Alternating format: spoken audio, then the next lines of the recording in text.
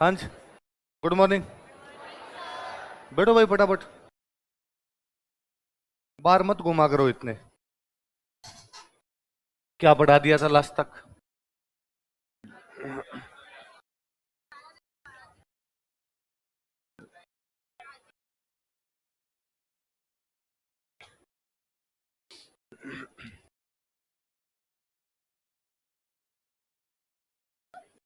यही तो, यही तो है, यही तो है। हाँ तो यही तो पढ़ रहा हूँ। सही, दोनों में इकोनॉमी राजस्थान दोनों इसी में बना रखी है। बढ़िया है, वेरी गुड। मैं तो खुद ही ऐसे करता था। दो रजिस्टर क्यों लाने, एक ही लाए। एक में एक तरफ इकोनॉमी लिख ली, एक तरफ राजस्थान लिख ली, खत्म हो जाएगा, दूसरा लगा लेंगे। बढ़िया है ना, ये सबसे अच्छा तरीका है। ये तो तुम जो दो दो तीन तीन रजिस्टर लाते हो तो मुझे तो बड़ा अजीब ही लगता है। तो क्या है, स्कूल के टावरों की तरह रजिस्टर उठा उठा के लाते हो। चलो बताओ, देखे इतिहास को जानने की कितने स्रोत है? तीन स्रोत है। कौन कौन से? पुरातात्विक, साहित्यिक और। अच्छा, पुरातात्विक के अंदर हम पहला कौन सा पढ़ रहे थे? उत्खनन पुराअवशेष। और हम कहते हैं कि भारत में पुरातत्व की शुरुआत किसने की? और राजस्थान में कौन करता है? और आपने पढ़ रहे थे कि कुछ लोगों ने अलग अलग जगह पे उत्खनन किए थे, वो लोग कौन कौन थे? वीरेंद्रनाथ मिश्र, डी.आर. भंडारकर, रतन चंद्र अग्रवाल, बी.बी. लाल, ललित पांडे, जीवन सिंह। कौन कौन सी जगह के उत्खनन हुए? बागोर, कालीबंगा, बेराठ, नगरी, नोह। क्या क्या मिला उनको वहां से? पाषाण उपकरण, धातु उपकरण, आभूषण और मृदमा। अभिलेखों का अध्ययन क्या कहलाता है? राजस्थान का प्राचीनतम अभिलेख कब का है वो? कौन से वीर निर्माण संवत का? उसके अनुसार माध्यमिक का एक किसको मिला था? हीराचंद ओझा को। कब मिला था? कौन से मंदिर से? गोसुंडी अभिलेख कब का है? दूसरी शताब्दी ईसा पूर्व। किसकी जानकारी देता है? भागवत धर्म या वैष्णव धर्म? कौन सी पूजा की? कौन से वंश की? कौन से राजा की? कौन से यज्ञ की? अश्वमेध यज्ञ की जानकारी देता है। अच्छा, उसके बाद में आगे हम पढ़ रहे थे आपका बसंतगढ़। वो कब का है? कौन से राजा का? वर्मलात। कौन से वंश का है? चावड़ा। उसके टाइम आबू का सामंत कौन है? तो कौन सी व्यवस्था की जानकारी होगी? सामंती व्यवस्था की। ऐसे अभिलेख जिनमें राजाओं की प्रशंसा होती है। तो कौन सी प्रशस्ति पढ़ी थी हमने? कब की है वो? कहां पे लगी हुई है? चित्तौड़गढ़ के विजय स्तंभ पर लगी हुई है। किसने लिखी थी? अत्रि भट्ट और महेश भट्ट। कौन से राजा के बारे में बताती है? कुंभा की क्या क्या बातें बताती है? उपाधियां और विजय अभियान। फारसी भाषा का पुराना अभिलेख कौन सा है? अजमेर अभिलेख। कब का है? कहां पे लगा हुआ है? 2.5 दिन का झोंपड़ा। और वो बताता है कि पहले ये क्या थी, उसको तोड़ के क्या बनाएगी। साहिबी पीर का अभिलेख कब का है? और वो चित्तौड़ का नाम क्या बताता है? क्या बताता है? खिजरा। आहड़ ताम्रपत्र कब का है? 1206। कहां से कहां तक के राजा? मूलराज से भीमदेव सेकंड। कौन से वंश के राजा है? चालुक्य वंश। कहां के राजा है? गुजरात के। खेरोदा ताम्रपत्र कब का है? कौन से राजा के टाइम का? कुंभा। कुंभा के टाइम में कहां के आसपास के मार्ग? एक लिंग। क्या क्या बताता है? मार्ग, मुद्रा, धार्मिक। टैक्स के बारे में कौन सा ताम्रपत्र बताता? सीकली ताम्रपत्र कब का है? 1484। 1484 का है। अच्छा, उसके बाद में हम आगे बढ़ रहे थे। सिक्के। सिक्कों का अध्ययन क्या कहलाता है?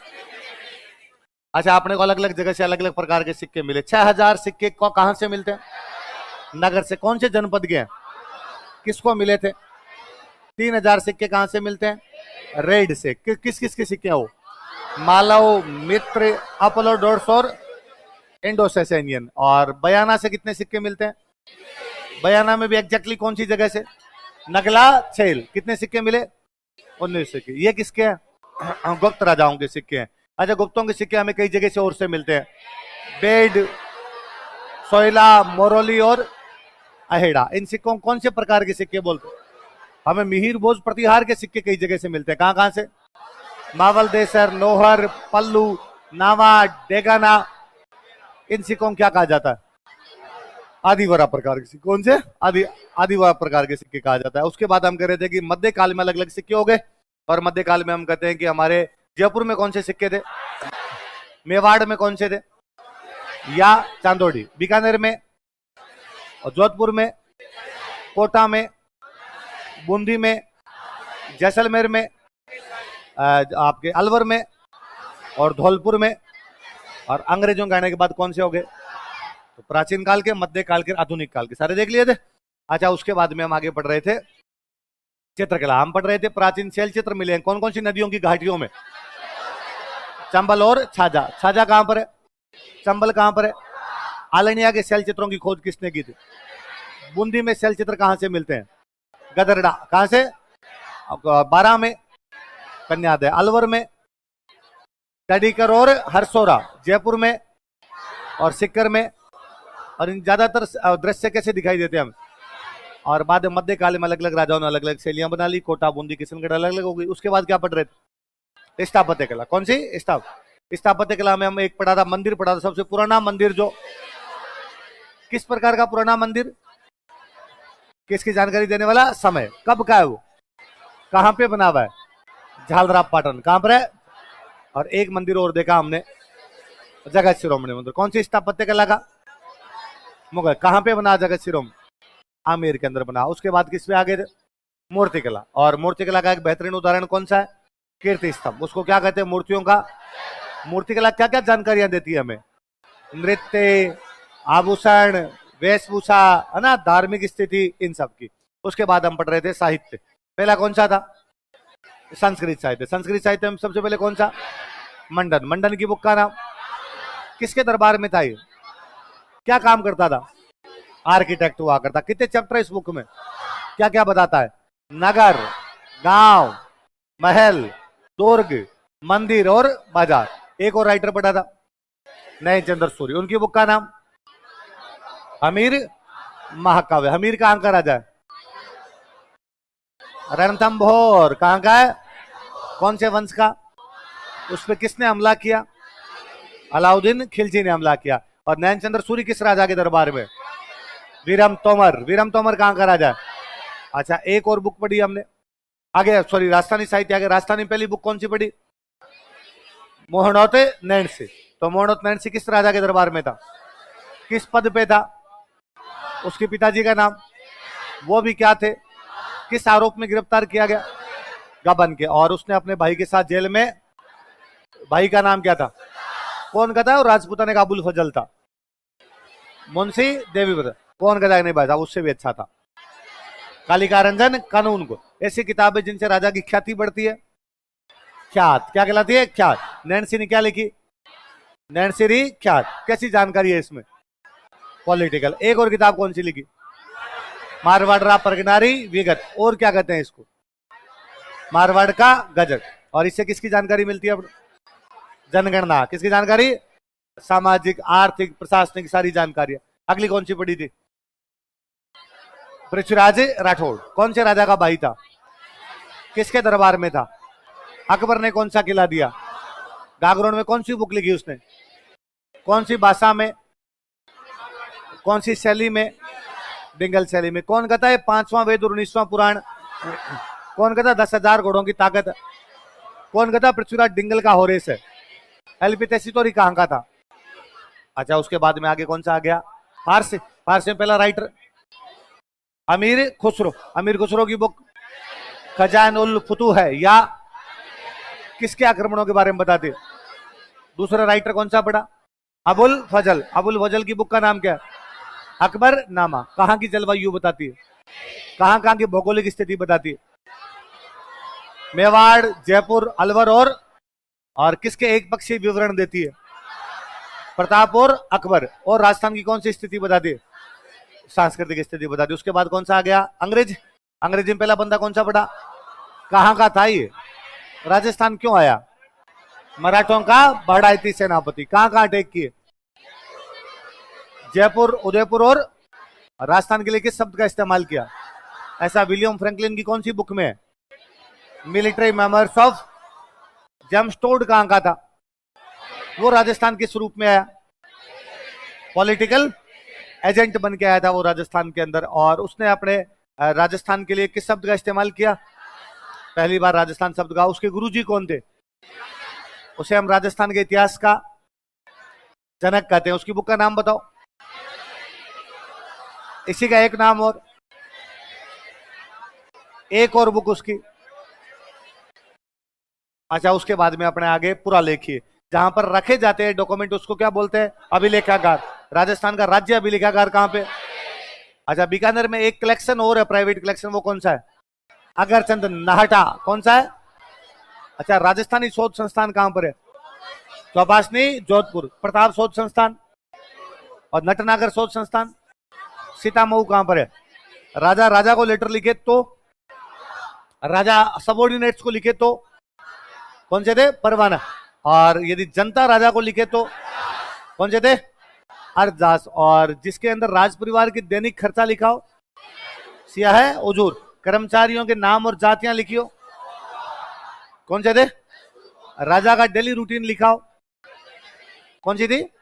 हकीकत भाई। निर्माण कार्य की जानकारी हो, राजस्थान की सबसे प्राचीनतम बही और राजस्थान की दूसरी प्राचीनतम बही जोधपुर हुकूमत की बही। तय बेटा था। हाँ हाँ, राजस्थान का प्राचीन काल। सबसे पहले काल कौन सा आता है? पाषाण काल के बाद कौन सा? बाद में, बाद में, बाद में, बाद में, बाद में, उसके बाद, उसके बाद लिखो पाषाण काल।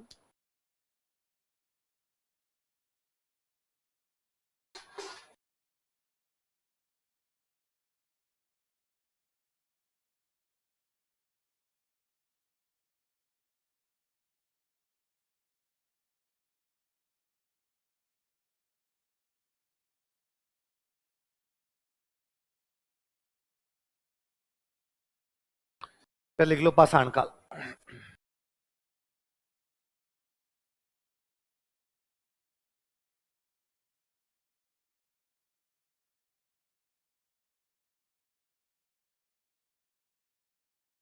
पढ़ना अच्छा तो लगता है आपको? ये समझ में तो आती है? ये तो नहीं लेता कहां फंस गए, क्यों ये तैयारी का सोचा था हमने, है ना? कई हम क्या है, आ तो जाते हैं जोश जोश के अंदर, फिर थोड़े दिन में लगता है कि यार दुनिया पितल दी है, कोई लेना देना, ऐसा नहीं लगता? हाँ भाई, यूं अच्छा लगना चाहिए। कोई भी काम के अंदर जब तक आप इंजॉय नहीं कर पाएंगे तब तक उस काम को अच्छे ढंग से, और जब किसी को काम में इंजॉय आने लग जाता है ना तो उसको अच्छा लगता है। जैसे मैं मेरा हमेशा सोचता हूँ कि मैं जब स्प्रिंग बोर्ड में आया तो मेरा डेली जी करता कि एक भी दिन छुट्टी ना हो। कि छुट्टी क्यों करते हैं सर, छुट्टी क्यों की जाए, अपने को चल 3 बजे क्लास लगती, मैं 2 बजे आगे बैठ जाता कि यार घर क्या करते हैं बेटे, अकेला कोई नहीं, एक मेरे रूममेट, वो मेरे को हंसते कह रहे पहले जाके क्या करेंगे, अरे वो बैठ जाएंगे वहां पढ़ेंगे अपने जाके। तो वो रिसेप्शन पे एक मैम बैठा करते, उन्होंने बाद में रोक लगाई मेरे पे कि नहीं तुम 2 बजे नहीं आओगे, क्योंकि तुम 2 बजे आगे ऐसी चला लेते हो। मैं को चलो ऐसी नहीं चलाएंगे, बिना ऐसी के आगे बैठ जाएंगे, दो तो बैठने दोगे कि हाँ तो आके बैठ जाया करो।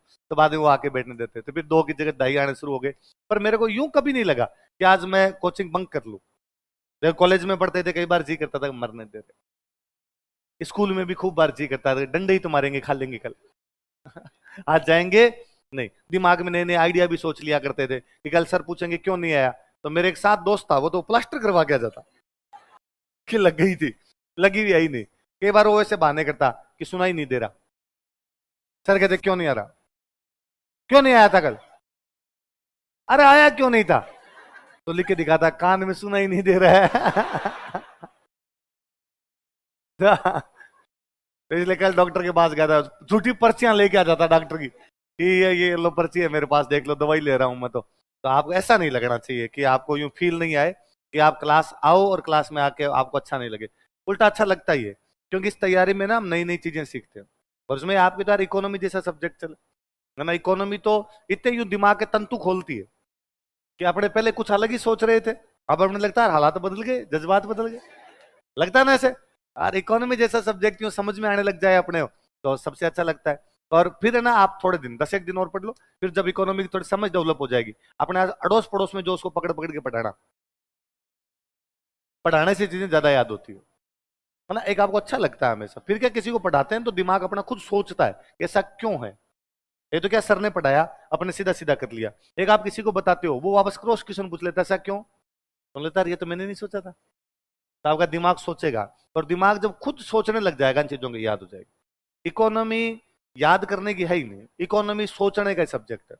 इसमें सोचा जाए कि यार महंगाई बढ़ गई तो क्या फर्क पड़ेगा, महंगाई कम हो गई तो क्या फर्क पड़ेगा, महंगाई बढ़ गई तो बैंक क्या करेगी, महंगाई घट गई तो बैंक क्या करेगी, महंगाई बढ़ गई तो आरबीआई क्या करेगी, महंगाई घट गई तो आरबीआई क्या करेगी, लोन सस्ते हो गए इसका मतलब क्या है, लोन महंगे हो गए इसका मतलब क्या है, आरबीआई ने रेट बढ़ा दी इसका मतलब क्या है, आरबीआई ने रेट घटा दी इसका मतलब क्या है, सरकार ने आरबीआई को कहा कि कम कर दो रेट इसका मतलब क्या है, सरकार ने कहा रेट बढ़ा दो इसका मतलब क्या है।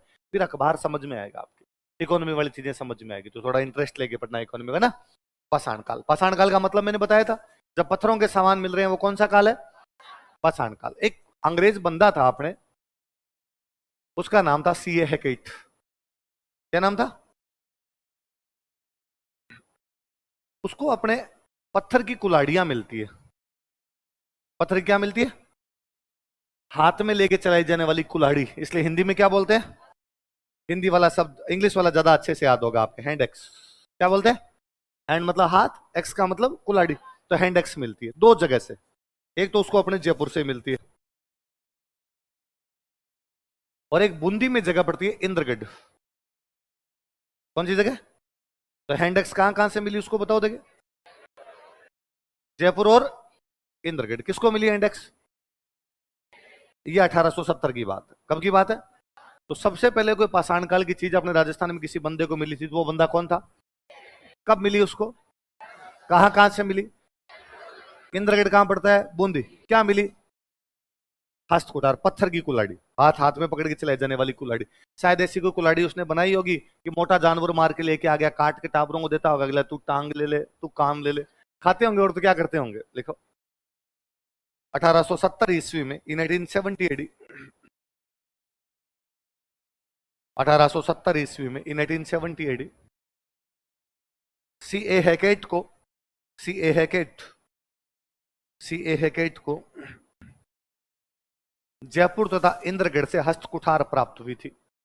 Found handaxes from Jaipur and Indragarh, found handaxes from Jaipur and Indragarh,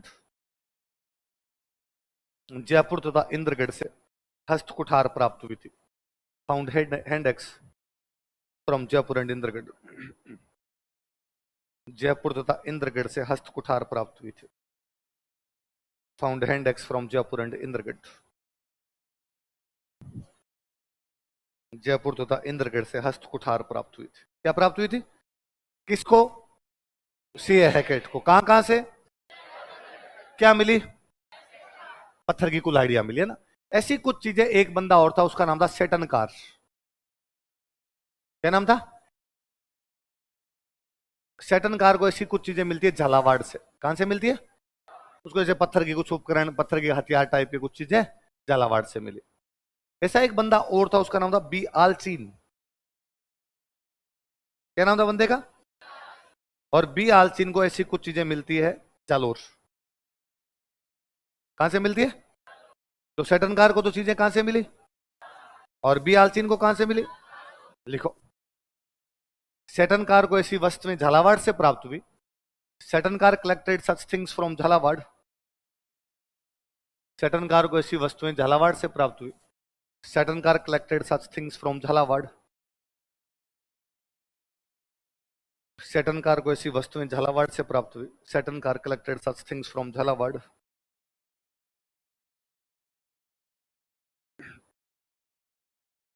तथा बी आलचीन को ऐसी वस्तुएं जालोर से प्राप्त हुई। And B Allchin collected such things from Jalore, तथा बी आलचीन को ऐसी वस्तुएं जालोर से प्राप्त हुई। And B Allchin collected such things from Jalore, B Allchin को ऐसी वस्तुएं जालोर से प्राप्त हुई। B Allchin collected such things from Jalore, B Allchin को ऐसी वस्तुएं जालोर से प्राप्त हुई। तो हैकेट को कहां कहां से मिली थी ऐसी वस्तुएं, जयपुर इंद्रगढ़। सेटनकार को कहां से मिली, झालावाड़। और बी आलचीन को कहां से मिली, जालोर से ऐसी वस्तुएं मिलती है। अब ये इक्का दुक्का वस्तु है कि कहीं पर कोई एक पत्थर की कुल्हाड़ी मिल गई, पत्थर का कोई मोटा पत्थर मिल गया शिकार करने टाइप का, तो दोनों साइड से थोड़ा थोड़ा उसको तीखा किया हुआ था ताकि शिकार आराम से हो जाए। तो ऐसे पत्थर के अलग अलग उपकरण मिलते हैं। अच्छा, किसी एक जगह से पत्थर के उपकरण का मिलना यह सिद्ध थोड़ी करता कि यहाँ आदमी रहता है। हो सकता है आदमी रहता तो यहाँ है, मनुष्य शिकार करने यहाँ गया और उस समय उसने शिकार किया और उसकी कुल्हाड़ी वहीं पे रह गई, तो वहां पर आदमी नहीं रह रहा। आदमी तो कहां पे रह रहा है? तो फिर कहा भाई ऐसे सेंटर ढूंढो, ऐसी जगह का पता लगाओ जहां पर प्राचीन काल में मनुष्य रहता होगा। तो राजस्थान में इस पाषाण काल में मनुष्य की सबसे बड़ी कोई बस्ती या सबसे पुरानी कोई बस्ती मिलती है अपने को, वो भीलवाड़ा के अंदर की जगह बागोर। कौन सी जगह? कि राजस्थान का सबसे पुराना आदमी यदि कहीं पर रहा होगा तो कहां पर रहा होगा? बागोर। तो कुछ केंद्र मिलते हैं, सेंटर मिलते हैं अपने को, लिखो केंद्र, सेंटर, हेडिंग डालो। कौन कौन से केंद्र है उनके बारे में पढ़ेंगे हम। सेंटर, केंद्र, एक नंबर लगा के लिखो बागोर।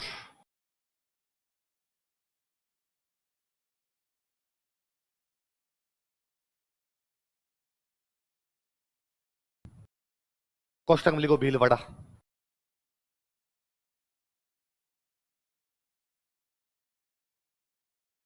बागोर कहां पर है? भीलवाड़ा। अपने ये मानते हैं कि हमारी पुरानी जो सभ्यताएं है ना, ये उनका पालना है। क्या प्राचीन सभ्यताओं का पालना समझते हो क्या? बच्चों को झुलाते हैं, इंडो, बच्चों का इंडा होता है पालना। तो हमारे बच्चे सबसे पहले कहीं पर झूले होंगे, पालना झूले होंगे, तो वो जगह कौन सी है? तो राजस्थान का प्राचीन सभ्यताओं का पालना किसको कहा जाता है? क्रेडल। इंग्लिश में क्या बोलते हैं? इसलिए बच्चों के हॉस्पिटल के नाम है क्रेडल हॉस्पिटल। लिखो, बागोर में लिखो। इसे राजस्थान की प्राचीन सभ्यताओं का पालना कहा जाता है। It is called is cradle of ancient civilisation of Rajasthan. इसे राजस्थान की प्राचीन सभ्यताओं का पालना कहा जाता है। It is called is cradle of ancient civilisation of Rajasthan. Rajasthan की प्राचीन सभ्यताओं का पालना कहा जाता है। It is called is cradle of ancient civilisation of Rajasthan. Rajasthan की प्राचीन सभ्यताओं का क्या कहा जाता है? पालना कहा जाता है। शुरुआत का मनुष्य जब कभी भी कहीं भी रहा था वो नदियों के पास रहा। किसके पास रहा? भाई बेसिक नीड क्या होती है? खाना और पीना। तो पीना कहां से मिलेगा? नदियों से पानी मिल जाएगा। तो बागोर जिस नदी के किनारे, उस नदी का नाम है कोठारी। लिख लो, यह है कोठारी नदी के किनारे स्थित है। It is located near river Kothari. यह है कोठारी नदी के किनारे स्थित है। It is located near river Kothari.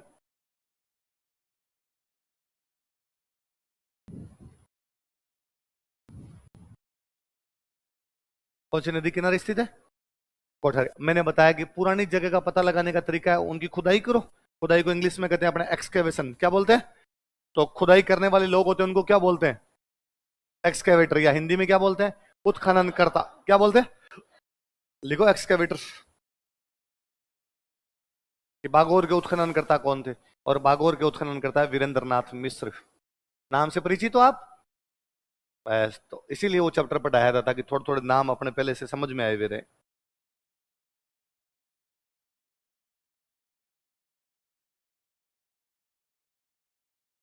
अब कोई आपसे पूछे कि बागोर के उत्खनन करता कौन थे, तो बागोर के उत्खनन करता कौन थे? वीरेंद्र नाथ मिश्र। कहां का उत्खनन किया? आप उत्खनन करेंगे तो कुछ ना कुछ चीजें मिलेगी। क्या एविडेंस मिले उनको? लिखो साक्ष्य, एविडेंसेस।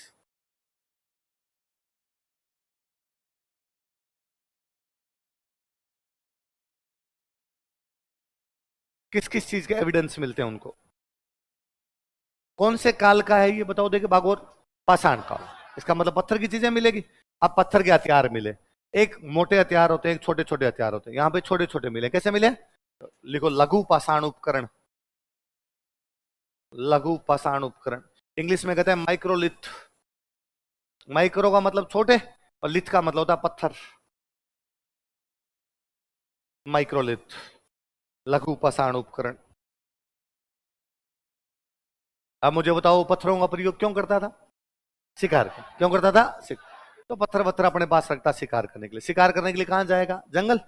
जंगल में दोनों प्रकार के जानवर रहते थे उस टाइम, शाकाहारी जानवर भी और मांसाहारी। भाई ये बकरी, भेड़, गाय, भैंस, ये भी जंगल में ही रहते। और शेर, चीता, तेंदुआ, बाघ, जो मांसाहारी जानवर है वो भी कहां पर रहते? जंगल। मनुष्य को यह पता चल गया था कि जानवर उस पर कभी भी हमला कर सकते हैं, इसलिए वो जहां पर भी अपनी चट्टानों वट्टानों के अंदर रहता वहां पर पत्थर वत्थर इकट्ठे करके रखता कि शिकार में भी काम आ जाएंगे, और कभी मान लो जानवर अपनी तरफ आ जाए हमला करने के लिए तो अपने मार के भगा देंगे उनको यहां से। कभी ऐसा हुआ होगा कि किसी बकरी के पीछे तेंदुआ दौड़ा है? किसके पीछे कौन दौड़ा है? बकरी के पीछे तेंदुआ दौड़ा है। कोई शाकाहारी जानवर के पीछे मांसाहारी जानवर दौड़ा है। अब वो जानवर भागते हुए मनुष्यों की बस्ती की तरफ आए होंगे। मनुष्य को जब पता चला अरे जानवर आ रहे जानवर, उसको बाटे लेके खड़ा हुआ वो सामने, और उसने पत्थर मारे, पत्थर मारे, तेंदुआ भाग गया, बकरी रुक गई। लगा ये ठीक है, कल अपने को शिकार पर जाने की आवश्यकता, उसने कहा मान दो, पशुओं को पालने लग गया। क्या करने लग गया? धीरे धीरे उसके समझ में आया कि मुझे सारे पशुओं का शिकार करने की आवश्यकता, कुछ को मैं अपने पास भी रख सकता हूं और इनको मैं खा सकता हूं। तो उसने 5-7 इकट्ठे कर ले गए, 5-7 दिन कहीं भी जाने की आवश्यकता, बारिश आ रही है, भाई साहब कौन जाए, चट्टान से बाहर निकल गए, पड़ा है, लो लाओ रे काटो इसको यहाँ पे। तो पशुपालन करना शुरू कर दिया। क्या करना शुरू कर दिया? 2 नंबर लिखो पशुपालन, इंग्लिश में लिखो डोमेस्टिकेशन ऑफ एनिमल्स।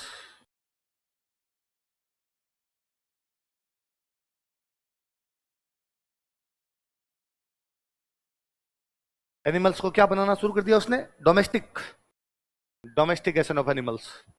ये पशुओं को डोमेस्टिक बना लिया उसने। और क्या पता चलता है हमें उसके यहां से? हमें पता चलता है कि वो जो लाश हुआ करती थी, लाश को घर के बाहर ही गाड़ दिया करता। कोई आदमी मरा है तो उसको घर के बाहर ही उसने गाड़ दिया, लेकिन लाश के साथ में उसने खाने पीने का सामान रखा है। क्या रखा है? वो बर्तन रखे हैं। इसका मतलब वो मानता है कि बंदे का पुनर्जन्म होगा। क्या होगा? तब उसके बर्तन काम आएंगे, खाने पीने काम आएगा।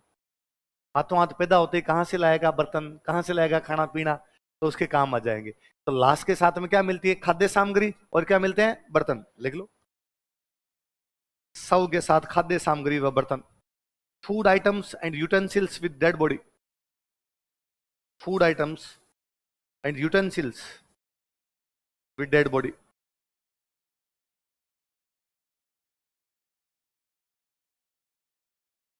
Food items and utensils with dead body, शव के साथ खाद्य सामग्री व बर्तन।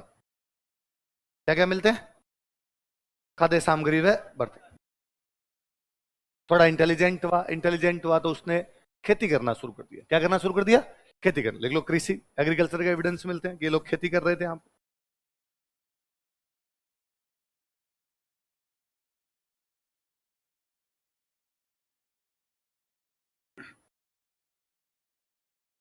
क्या करने लग गया था? खेती करने लगे। बताओ मनुष्य ने सबसे पहले किस धातु का प्रयोग किया था? तांबा। किसका किया था?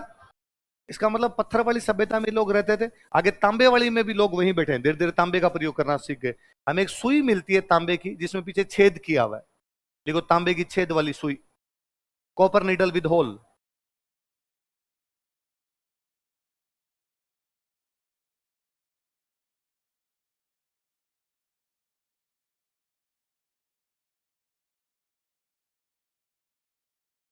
Copper needle with hole. फिर खेती कर रहे तो अच्छी खेती किससे होगी? तांबे से या लोहे से? लोहे से। मैंने बताया था लोहे से बहुत हल नीचे तक चला जाता है, तो धीरे धीरे इनको लोहा लिखो, लोहे के उपकरण, लोहा उपकरण, आयरन इक्विपमेंट्स।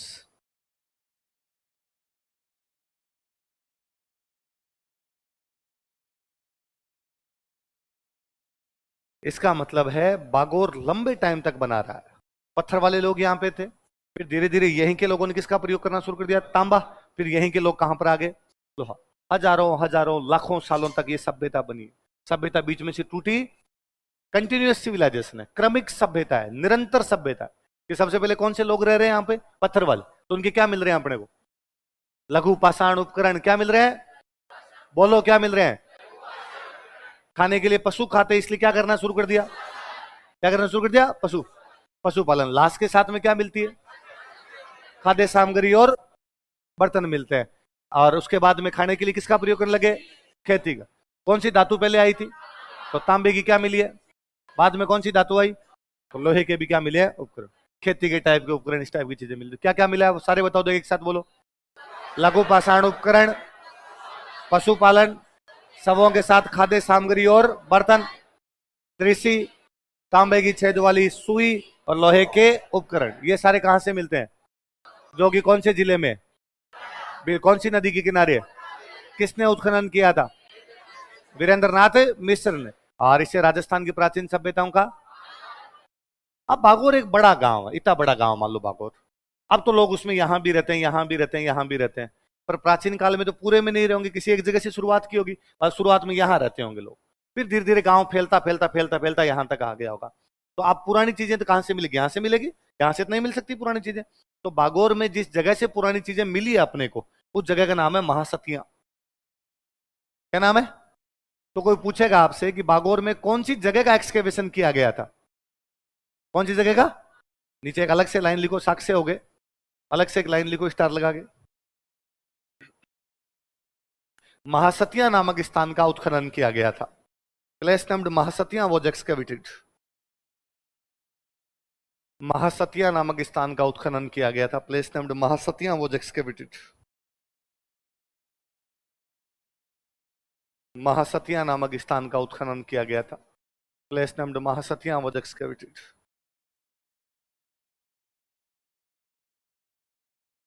कौन सी जगह का उत्खनन किया गया था? बॉक्स से बंद कर लो, ये अच्छा क्वेश्चन है।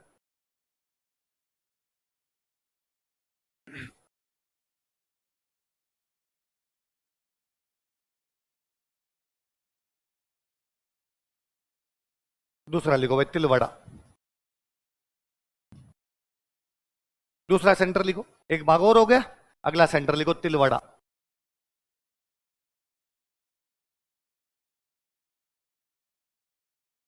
अगला सेंटर कौन सा है? चल कॉस्ट्यूम। हाँ हाँ,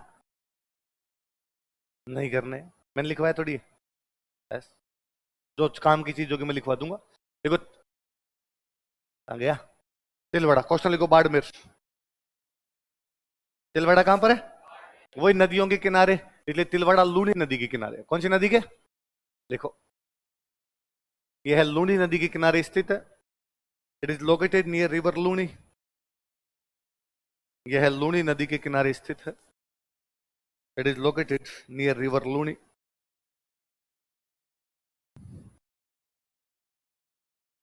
कौन सी नदी किनारे स्थित है? लूनी नदी के किनारे स्थित है। उत्खनन करता लिखो वीरेंद्रनाथ मिश्र, वो सेम ऊपर वाले। उत्खनन करता वीरेंद्रनाथ मिश्र। तो तिलवाड़ा और बागौर दोनों का उत्खनन किसने किया? वीरेंद्रनाथ मिश्र। हाँ, अभी तो लिखा है ऊपर। उत्खनन करता कौन है बताओ देखे? वीरेंद्र। लिखो साक्ष्य एविडेंसेस, क्या क्या साक्ष्य मिलते हैं? साक्ष्य एविडेंसेस। वही पत्थर वाली जगह है तो पत्थर के उपकरण मिलेंगे, वही छोटे छोटे उपकरण मिले, लिख लो।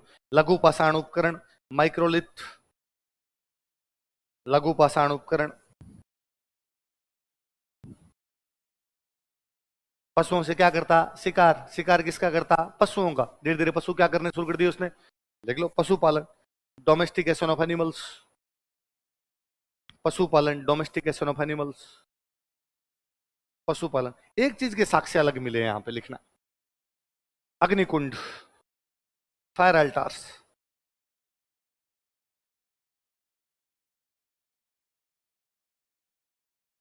अग्निकुंड।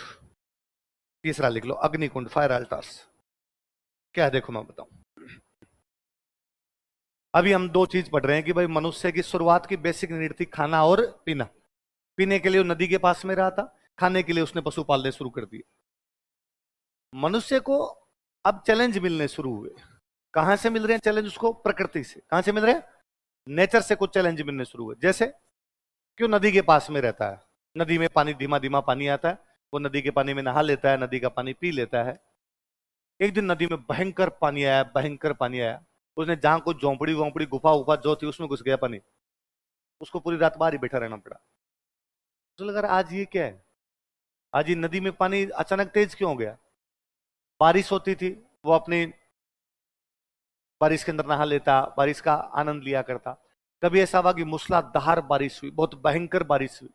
वो पेड़ पौधों के नीचे जहां कहीं रहता था उस दिन तो बारिश रुकने का नाम ही नहीं रही, पूरी रात ठिठुरा होगा पानी के अंदर। हवाएं चलती, धीमी धीमी हवाएं चलती। कभी हवा तेज चली, तूफान आया, उड़ गया उसका बाहर जो कुछ भी पड़ा था। कुछ भी इकट्ठा कर रखा था उसने, वो सारी चीजें उड़ उड़ा गई। धीरे धीरे उसको ये लगने लगा कि कोई ना कोई बंदा है जो ये सब करता है। उसे लगता कि यार नदी जहां से आती है वहां कोई पीछे एक बंदा बैठा है, वो बटन दबाता है तब पानी चलता है, बटन दबाता है तब पानी बंद हो जाता है। कई बार वो बटन तेज कर देता है, पानी तेज आता है, बाढ़ आ जाती है। ऊपर एक बंदा बैठा है जो बटन दबाता है, बरसात आती है, बटन बंद करता है, बरसात बंद हो जाती है। कभी बटन तेज कर देता है तो मूसलाधार बारिश होती है। एक बंदा जो हवाएं चलाता है, कभी बटन कम करता है, कभी बटन तेज करता है, कभी बहुत तेज करता है, तूफान आ जाता है। उसने इमेजिन करना शुरू किया कि यार ऐसा आदमी जो पानी को तेज कर दे, पानी को कम कर दे, बरसात को कम कर दे, बरसात को तेज कर दे, बहुत शक्तिशाली है। उसने उसको देवता मान लिया। क्या मान लिया? ऐसा देवता ही कर सकता है, साधारण आदमी की तो बस की बात है। मैं तो नहीं कर सकता पानी को कम तेज, इसका मतलब कौन कर सकता है? देवता। उसने देवताओं के नाम रखने शुरू कर दिए। उसने कहा ये जो ऊपर से पानी बरसा रहा है ये इंद्र है। कौन है? इंद्र है। ये जो हवाएं तेज चलाता है इसका नाम मरुत है।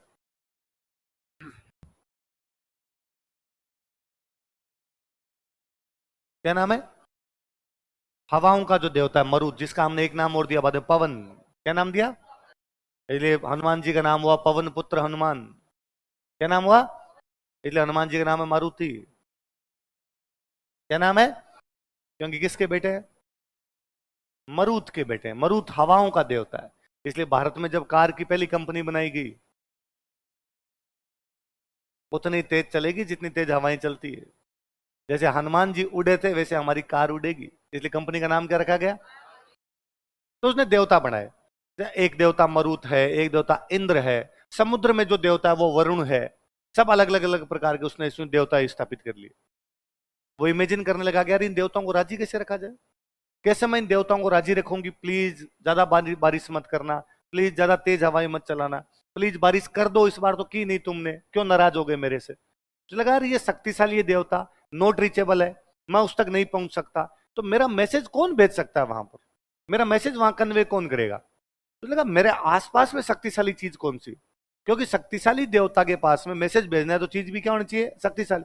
उसके आसपास में सबसे शक्तिशाली कोई चीज थी तो वो थी अग्नि। क्या थी? क्योंकि अग्नि से वो अपना भोजन पका रहा था, अग्नि से वो सर्दी गर्मी बारिश में अपना बचाव कर रहा था, कहीं ना कहीं ठंड ज्यादा है तो अग्नि जला रहा था। तो उसे लगा यार अग्नि शक्तिशाली चीज है, अग्नि के माध्यम से मैं देवताओं को क्या कर सकता हूं? राज्य। उसने अग्नि जलाई, अग्नि जला के सामने बैठा और सामने बैठ कहा, हे अग्नि देवता, जाकर कहो इंद्र देवता से कि बारिश कम कर दे। हे अग्नि देवता, जाकर कहो इंद्र देवता से इस बार बारिश तेज करवाई है ही नहीं। हे अग्नि देवता, जाकर कहो मरुद से कि हवाएं थोड़ी कम चलाए। हे इंद्र देवता, जाकर कहो नदियों से इस बार पानी थोड़ा तेज आए। हे इंद्र देवता, जाकर कहो नदियों से इस बार पानी थोड़ा कम कर दे। देवताओं के पास में मैसेज भेजने वाला, उसने जो अपना देवता रच लिया, अपना देवता जो क्रिएट कर लिया, वो देवता कौन है? इसलिए देवताओं को राजी करने के लिए वो अग्नि जलाने लगा। उसी को हम अग्नि कुंड बोलते हैं। क्या बोलते हैं? जहां पर अग्नि जलाता उसको क्या बोलते हैं? 2010 के आरएस प्री में क्वेश्चन था, वह कौन सा देवता है जो मनुष्यों का समाचार देवताओं को देता है? कौन सा देवता है? अगला कोई पूछे कि वह देवता कौन है जो मनुष्य तथा बाकी देवताओं के बीच मीडिएटर का काम करता है? कौन है? यह भी नहीं कि अग्नि साधारण चीज, अग्नि को भी उसने देवता माना। उसने कहा पावरफुल है तो अग्नि भी अपने आप क्या है? देवता। तो उसने अग्नि का भी खूब सम्मान किया। इसलिए आज दिन तक हम फेरे अग्नि के चारों तरफ लेते हैं, क्योंकि हमारा मानना है कि जो दो लोग फेरे ले रहे हैं, जो दो लोग शादी कर रहे हैं, ये देवताओं को याद करके कर रहे हैं। किसको याद करके? हम कहते हैं देवताओं को साक्षी मानकर विवाह किया जाता है। पंडित जी के फेरों में मंत्र सुनना, कभी पंडित जी कहते हैं, हे भगवान ब्रह्मा विष्णु महेश, अपना तमाम आशीर्वाद इस जोड़े को दीजिए ताकि सुखी सुखी अपना जीवन व्यतीत करे। हे देवताओं के राजा इंद्र, अपना पूरा बल बुद्धि वीर्य इन सबको दीजिए ताकि सुखी सुखी अपना जीवन यापन ये सब कर सके। हम जानते हैं कि हम ब्रह्मा विष्णु महेश इंद्र तक डायरेक्ट समाचार नहीं पहुंचा सकते, इसलिए हम सारी बातें किसको कहते हैं? अग्नि जाए और अग्नि जाके उन सबको कहे। आज तक कभी ऐसा सुना आपने कि पानी की बाल्टी बीच में रख के फेरे ले लिए? नहीं ले रहे ना। फेरे किसके चारों तरफ ले रहे हैं? क्योंकि अग्नि क्या है? देवता। अग्नि क्या है? कैसा देवता? मध्यस्थ। कैसा देवता है? मीडिएटर देवता, जो हमारे तथा बाकी देवताओं के बीच में क्या काम करता है? मध्यस्थता काम करता है। अग्नि खुद भी देवता है। आप और नोटिस कीजिए, ये कल मंगलवार है, मंगलवार को अपने मम्मी बालाजी के प्रसाद चढ़ाती है, घरों में हनुमान जी की पूजा करते हैं। हनुमान जी क्या प्रसाद चढ़ाते हैं? हम चूरमान बना के चढ़ाते हैं।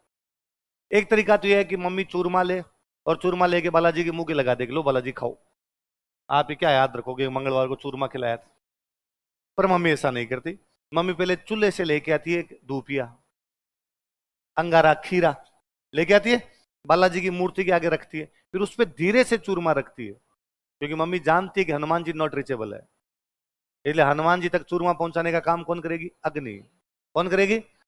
अग्नि भी देवता है, इसलिए मम्मी जब अग्नि पर चूरमा रखती है तो बहुत सारा सम्मान धीरे से हाथ के हाथ लगा के उस पर रखती है। ऐसा नहीं कि मम्मी दूर से चूरमे की गोली बनाती है और अग्नि कहती है ले ए कैच कैच, है ना, प्लीज कैच कर ले। ऐसा नहीं, हम अग्नि का भी पूरा क्या करते हैं। राजा युद्ध करने के लिए जाता था, राजा क्या करने जाता? हम कहते हैं युद्ध करने से पहले यज्ञ करता। क्या करता? अश्वमेध यज्ञ। अश्व छोड़ने से पहले क्या किया उसने? उसने यज्ञ किया। यज्ञ करते हम कहा हे देवताओं, मैं अपना यज्ञ कर रहा हूं आपको राजी करने के लिए, अब मैं अपना अश्व छोड़ूंगा, मुझे शक्ति दीजिए ताकि मैं राजाओं से जीत सकूं। इसलिए घोड़ा छोड़ने से पहले भी वो क्या कर रहा था? जीत की दुआ मांगने से पहले भी क्या कर रहा था? इसलिए आप अभी थोड़े दिन बाद अखबार में पढ़ोगे, वर्ल्ड कप शुरू होने वाला है, अखबार के अंदर आएगा इंदौर में क्रिकेट प्रेमियों ने यज्ञ का आयोजन किया तथा भारतीय क्रिकेट टीम की जीत की प्रार्थना की। क्यों किया यज्ञ? क्या होगा? क्योंकि हम मानते हैं कि देवताओं के पास समाचार केवल कौन भेज सकता है? अग्नि भेज सकता है और कोई। आप कई बार और पढ़ोगे, जैसे मान लो राजस्थान में कांग्रेस की गवर्नमेंट है तो आएगा भाजपा कार्यकर्ताओं ने एक सद्बुद्धि यज्ञ का आयोजन किया। किसका आयोजन किया? कि कांग्रेस की सरकार को क्या दे, या कांग्रेस वाले कहेंगे कि कांग्रेस कार्यकर्ताओं ने सद्बुद्धि यज्ञ का आयोजन किया कि मोदी सरकार को क्या दे। क्योंकि सद्बुद्धि कौन दे सकते हैं? देवता। कौन दे सकते हैं? और देवताओं के पास मैसेज कौन लेके जाएगा? सिंगल टाइम आपने ऐसा सुना कि भाजपा कार्यकर्ताओं ने पानी का छिड़काव करके सद्बुद्धि देने की मांग की? नहीं है ना। क्या किया जा रहा है? अग्नि जलाई जा रही है। क्या जलाई जा रही है? तो जब तक मनुष्य ने मूर्तियां नहीं बना ली थी, देवताओं को राजी करने के लिए अग्निकुंड बनाता था। क्या बनाता था? कि उसके दिमाग में नहीं है, उसको लगा यार उसके पास मैसेज कैसे भेजूं मैं, तो मेरे पास जो शक्तिशाली चीज है वैसे मैसेज भेज दूं। वो शक्तिशाली इंद्र है, मेरे पास शक्तिशाली अग्नि है, तो अग्नि मेरा मैसेज कहां लेके जाएगी? धीरे धीरे इंटेलिजेंट हुआ और उसने इंद्र को इमेजिन किया।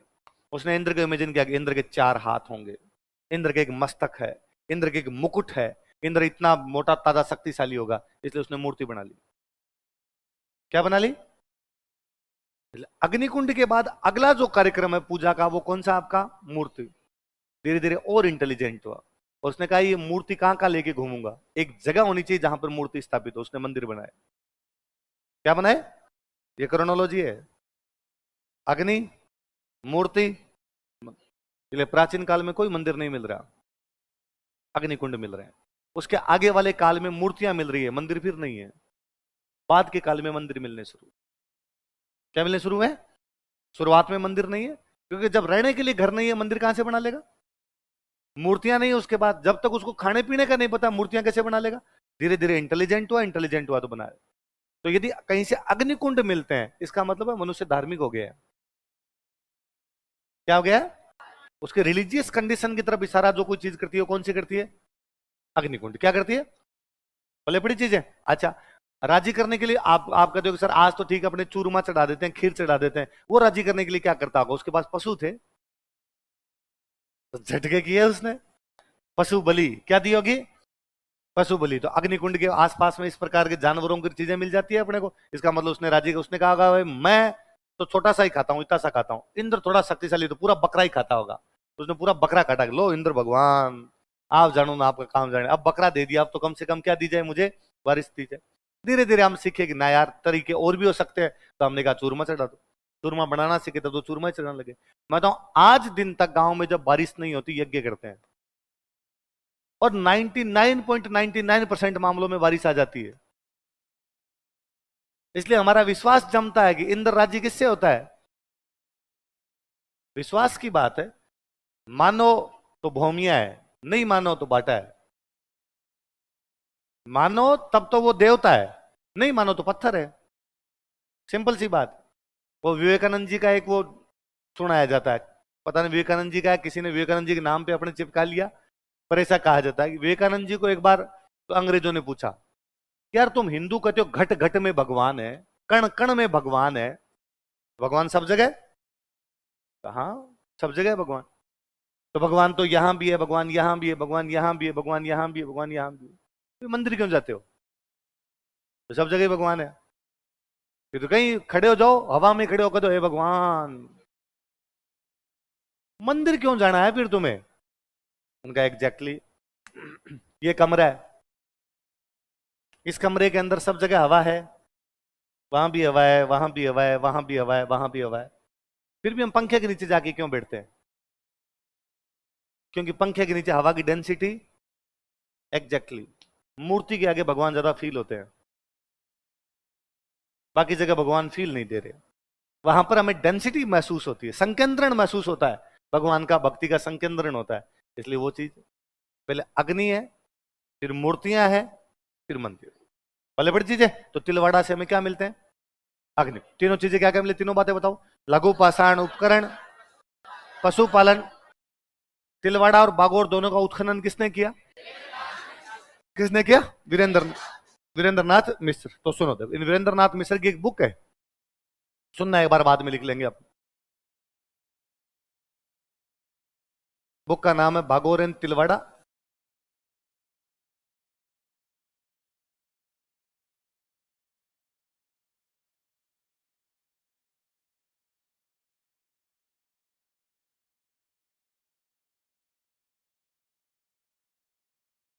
पढ़ो एक बार बुक का नाम, फिर अपने पढ़ लेंगे क्या। Bagor and Tilwara, late Mesolithic cultures of north west India. आगे बढ़ा, पढ़ो क्या नाम लिखा हुआ है, late Mesolithic cultures of north west India. दोबारा पढ़ो, late Mesolithic cultures of north west. North west तो समझ में आ गया, उत्तर पश्चिम, अपने भारत के उत्तर पश्चिम में। हम भारत के कौन सी दिशा के अंदर है? उत्तर पश्चिम दिशा के अंदर हम भारत के अंदर, कि भाई ऊपर वाला और थोड़ा सा पश्चिम का हिस्सा लग रहा है, उत्तर पश्चिम में लग रहा है। एक शब्द है इसमें मिजोलिथिक, कौन सा शब्द है? अब देखो मैं कौन सा काल पढ़ा रहा हूं अभी आपको, पाषाण काल। कौन सा है? पाषाण काल को हम तीन भाग में बांट सकते हैं। एक बहुत पुराना पाषाण काल, उसको बोलते हैं पूरा पाषाण काल। क्या बोलते हैं? पैलियोलिथिक, इंग्लिश वाले कहते हैं पैलियोलिथिक। एक थोड़ा बीच का सा पाषाण काल, उसको हम कहते हैं मध्य। क्या कहते हैं? एक थोड़ा नया पैलियोलिथिक, मिजोलिथिक, नियोलिथिक। कौन कौन से हो जाएंगे? Palaeolithic, mesolithic, Neolithic. इसमें क्या वर्ड है? इसका मतलब कौन सा पाषाण है? कौन सा है? अब मैं ये क्यों बता रहा हूं, जहां मध्य पाषाण काल आएगा वहां पे लघु पाषाण उपकरण होंगे। कौन से होंगे? क्योंकि शुरुआत में पुराने टाइम के अंदर तो मनुष्य में इतनी बुद्धि रही नहीं होगी, उसने कहा कि जो जैसा बाटा मिल जाए वो लेके शिकार कर लूंगा। धीरे धीरे उसके समझ में आया कि यार मोटा पत्थर फेंकते हैं तो दूर नहीं जाता, छोटा पत्थर फेंकेंगे दूर जाएगा, शिकार वहां खड़ा है, मैं भाग के उसके पास जाऊंगा, यहां से पत्थर फेंकूंगा जाएगा नहीं, भाग के उसके पास जाऊंगा जानवर भाग जाएगा। इसलिए उसने कहा पत्थर छोटे हो, छुपा जाए पीछे, यहीं से फेंका जाए, सड़ जाएगा एक में। धीरे धीरे उसकी ओर समझ में आया कि यार पत्थर गोल है, गोल पत्थर से मरता नहीं है जल्दी, तीखा करो, पत्थरों को तीखे करने शुरू कर दिए उसने। तो ये सब चीजें इवॉल्व हुई उसके धीरे धीरे। तो बागोर तिलवाड़ा, आप कोई पूछे कि इन तीनों पाषाण में से कौन से पाषाण की है? मध्य पाषाण का। कौन सी? मध्य पाषाण में भी क्या लिखा है? लेट है। मध्य पाषाण में भी बहुत नीचा, शुरुआत का नहीं, मध्य पाषाण काल का बाद नव पाषाण काल की तरफ उमड़ता हुआ जो इलाका है उसमें है आपका। तो पहले कौन सा? पूरा, फिर कौन सा था? मध्य, फिर कौन सा था? बागोर तिलवाड़ा दोनों कैसे हैं? ऐसा हमें कौन बता रहा है? वीरेंद्र नाथ मिश्र। कौन बता रहे हैं? क्योंकि उत्खनन किसने किया था? तो कौन सी बुक लिखी इन्होंने? Bagor and Tilwara, late Mesolithic cultures of north west. पहले पड़ गई। अब कोई इस बुक का नाम पूछ ले कि Bagor and Tilwara, late Mesolithic cultures of north west India किसने लिखी? जिसने उत्खनन किया वो। जब उत्खनन वीरेंद्र नाथ मिश्र कर रहा है तो बुक भी कौन लिखेगा? वही बता सकता है इसके बारे में। लिख लो वीरेंद्र नाथ मिश्र की पुस्तक और आगे बुक का नाम लिख लो।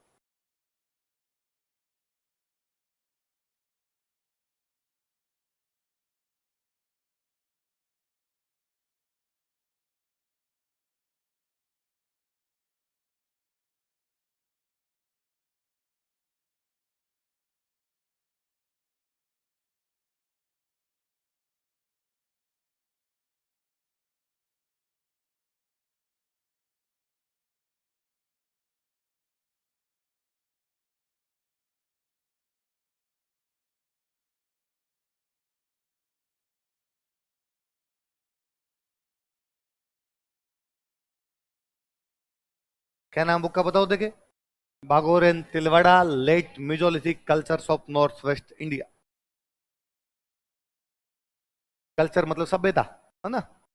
लेट मिजोलिथिक उत्तर मध्यकालीन या मध्य पाषाणकालीन, उत्तर मध्य पाषाणकालीन। कल्चर्स मतलब सभ्यता। कहां कहां की? बागोर और तिलवाड़ा। कौन से भारत में? North west. कौन से भारत में? North west. बॉक्स बंद कर लो इसको, अलग से दिखना चाहिए आपको। वीरेंद्र नाथ मिश्र की बुक का नाम क्या है?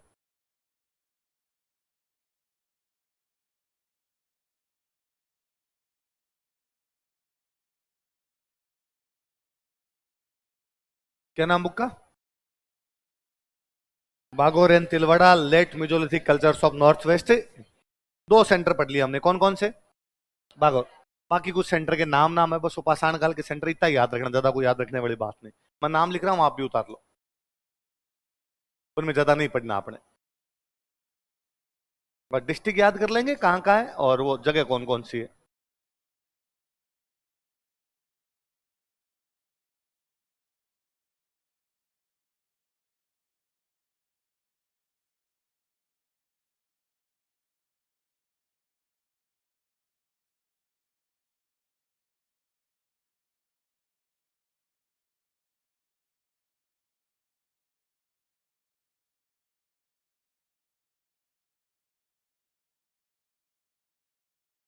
मैं उतार रहा हूं, वैसे वैसे लिख लो।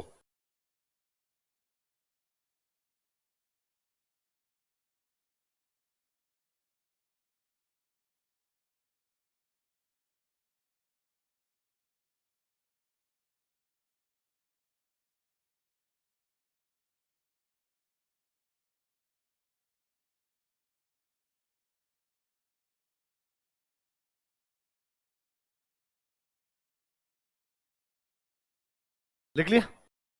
अब इनके डिस्ट्रिक्ट बता देता हूं मैं। पचपदरा लिखो, बाड़मेर।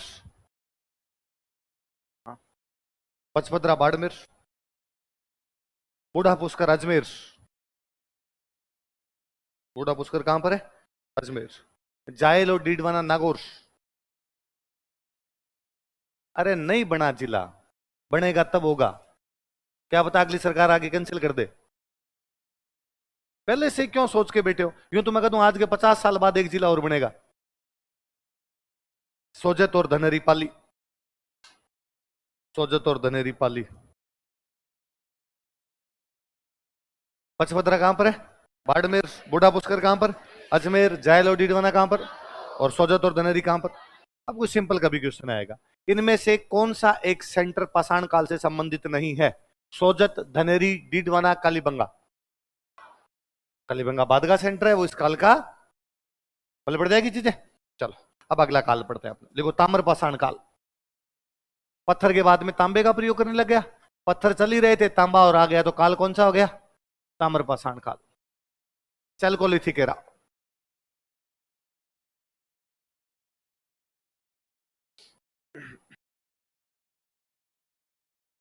ताम्र पाषाण काल, चैल्कोलिथिक एरा।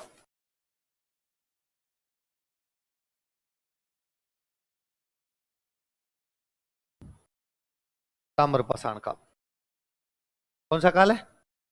मनुष्य थोड़ा इंटेलिजेंट हुआ तो उसे समझ में आया कि यार कुछ नदियां ऐसी है जो 12 महीने चलती है, कुछ नदियां ऐसी है जो 2 महीने चली फिर बंद हो गई, बरसात आई तब चली फिर बंद हो गई। तो उसे लगा यार ऐसी नदी के पास में रहने का क्या मतलब है जो बरसात के टाइम में चलती है और बाद में मानो प्यासा मर जाता हूं यार। तो उसने ऐसी नदियां ढूंढी जो 12 महीने चलती है। 12 महीने चलने वाली अपने राजस्थान में कोई नदी है तो वो है बनास। कौन सी है? तो ताम्र पाषाण काल के अधिकतर सेंटर जो अपने को मिले हो कौन सी नदी के पास में? इसलिए सभ्यता का नाम हो गया बनास सभ्यता। क्या नाम हो गया? इसका जो मुख्य केंद्र है, सबसे मुख्य केंद्र वो मिला अपने को आहड़। कौन सा है? उदयपुर में जगह का नाम है आहड़, इसलिए सभ्यता का नाम हो गया आहड़ सभ्यता। क्या नाम हो गया?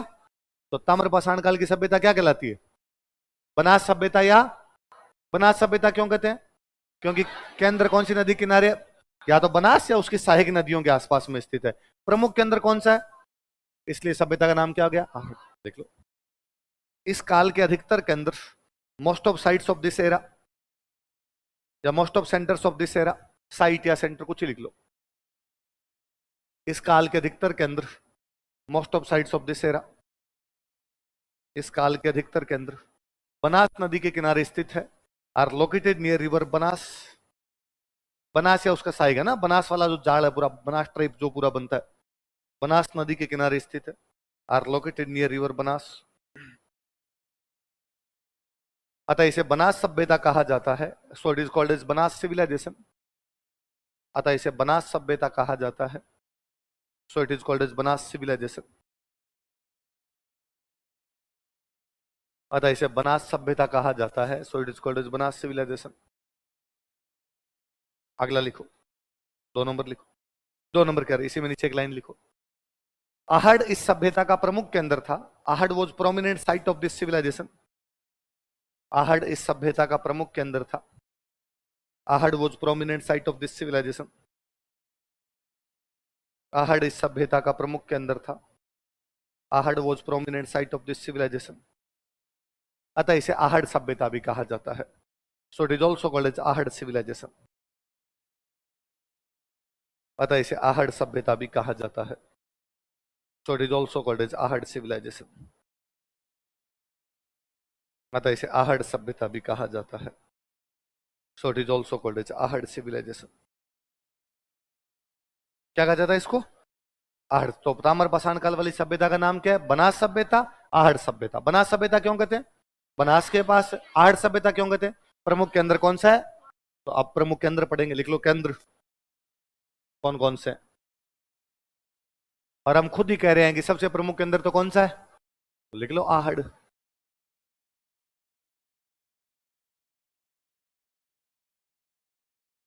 1 नंबर लगा के लिखो आहड़। ये उदयपुर जिले में, कौन से जिले में? क्वेश्चन लिख लो उदयपुर।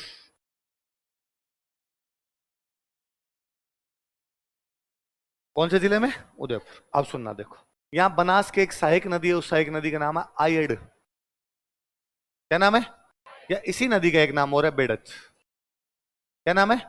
हम आगे पढ़ेंगे। उदयपुर के अंदर एक झील है उदय सागर। कौन सी झील है? उस उदय सागर झील में आने से पहले नदी का नाम है आयड़, उस झील के बाद नदी का नाम है बेड़च। सेम आयड़ है, उसी क्या कहते हैं? बेड़। तो आहड़ कौन सी नदी के किनारे स्थित है? आयड़ का दो या क्या का दो? बेड़च। लिख लो, यह है आयड़ या बेड़च नदी के किनारे स्थित है। It is located near river Ayad और बेड़च। यह आयड़ या बेड़च नदी के किनारे स्थित है। It is located near river Ayad और बेड़च। यह आयड़ एवं बेड़च नदी के किनारे स्थित है। It is located near river Ayad और बेड़च। कौन सी नदी किनारे स्थित है? आयड़ और बेड़च। आहड़ के जो पुराने नाम मिलते हैं अपने को, जैनों की किताबों में इसके जो पुराने नाम मिलते हैं वो नाम है अघाटपुर। क्या नाम है? या अभिलेखों में इसके पुराने नाम मिलते हैं आठपुर। क्या मिलते हैं? लिख लो आहड़ के प्राचीन नाम, ancient names of Ahar. Ahar के प्राचीन नाम, एंशियंट नेम्स ऑफ आहड़, बराबर लिख लो अघाटपुर तथा आठपुर।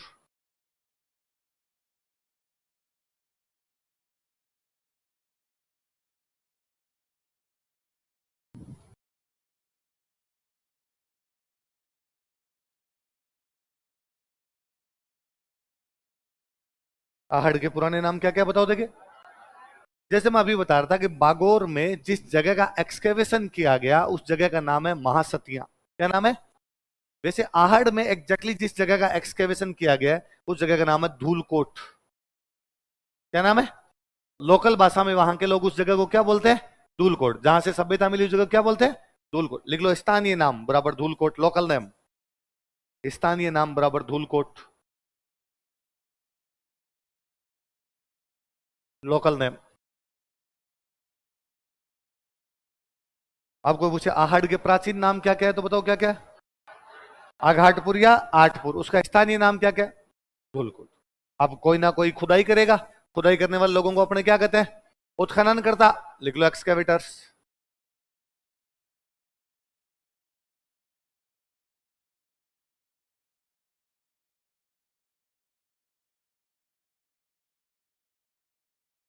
सबसे पहले एक्सकेवेशन यहां पर करते हैं अक्षय कीर्ति व्यास।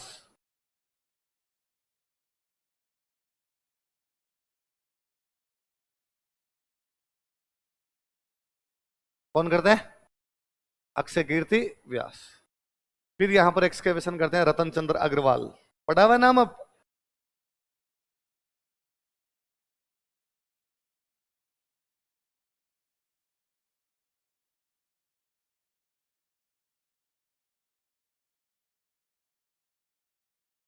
और फिर से लंबे टाइम तक कोई एक्सकेवेशन यहां पर करते हैं ना, उनका नाम है हंसमुख धीरज सांकलिया। गुजराती बंधु थे एचडी सांकलिया, तो सबसे लंबा इनके टाइम में हुआ था। सबसे पहले किसने किया? अक्षय कीर्ति व्यास। उसके बाद किसने किया? और सबसे लंबा किसके टाइम में हुआ? हंसमुख धीरज सांकलिया।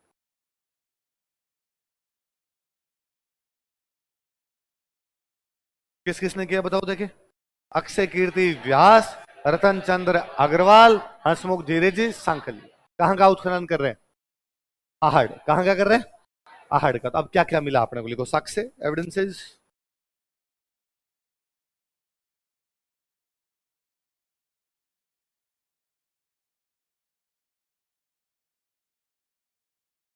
तांबा मिलता है वैसा बहुत बड़ी संख्या में।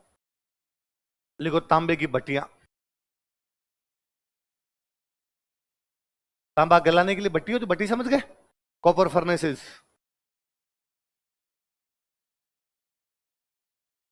तांबे की भट्टियां खूब आसपास आज भी। आगे आप ज्योग्राफी पढ़ोगे तो पढ़ोगे, यहाँ उदयपुर वाले इलाके में तांबा निकलता है। तो तांबा निकलता है तो तांबे को मेल्ट करने के लिए कहां पर लाते होंगे? आहड़। इसलिए आहड़ में क्या मिलती है अपने को? तांबे की भट्टियां।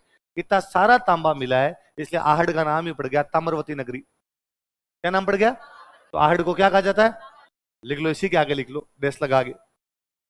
इसे ताम्रवती नगरी कहा जाता है। It is called as copper city. इसे ताम्रवती नगरी कहा जाता है। It is called as copper city. अब मुझे बताओ कि आहड़ के प्राचीन नाम क्या क्या है? अघाटपुर और आठपुर। स्थानीय नाम क्या है? धूलकोट। तांबे मिलने की वजह से क्या कहते हैं इसको? क्या बोलते हैं? ताम्रवती नगरी बोलते हैं। अच्छा, प्राचीन काल का जो मनुष्य था ना, वो अपनी चीजों को स्टोर करने के लिए मिट्टी के बर्तन बनाता। किसके बर्तन बनाता? उन मिट्टी के बर्तनों के लिए हम एक शब्द इस्तेमाल करते हैं, मृद भांड। क्या बोलते हैं? मृद भांड, अर्दनवेयर्स बोलते हैं। मृद मतलब मिट्टी, भांडे मतलब बर्तन। यहां से हमें दो प्रकार के बर्तन मिले, एक तो काले और एक लाल। कौन कौन से? लिख लो, काले व लाल मृद भांड, ब्लैक एंड रेड अर्दनवेयर्स। काले व लाल मृद भांड, ब्लैक एंड रेड अर्दनवेयर्स।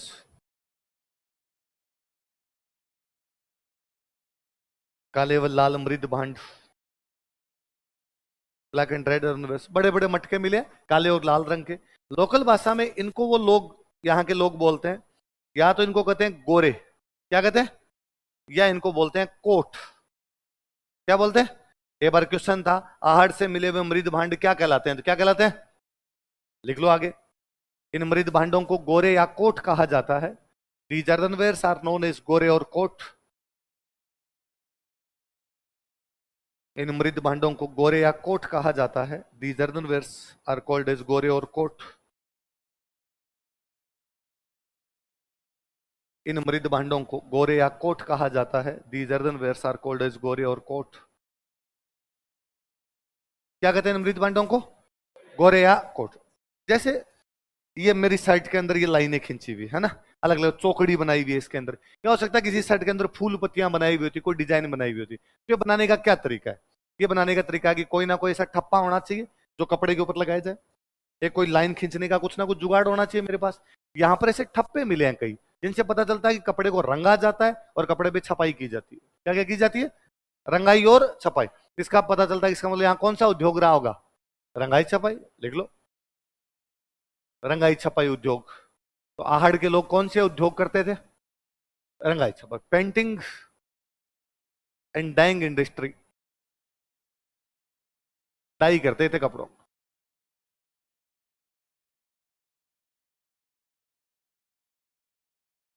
किसकी भट्टियां मिलती है? तांबे की। कैसे मृद भांड मिलते हैं? काले व लाल, जिनको लोकल भाषा में लोग क्या बोलते हैं? गोरे या कोट। कौन से उद्योग के साक्ष्य हैं? इसका मतलब चीजों को बेचते हैं। कितने तांबे का खुद तो रख के क्या करते होंगे?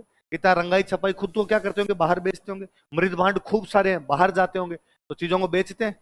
इसका मतलब दुकान है, दुकानों में सामान तोलने के लिए क्या चाहिए, बाट। क्या चाहिए, या बाट मिले अपने को, वेट।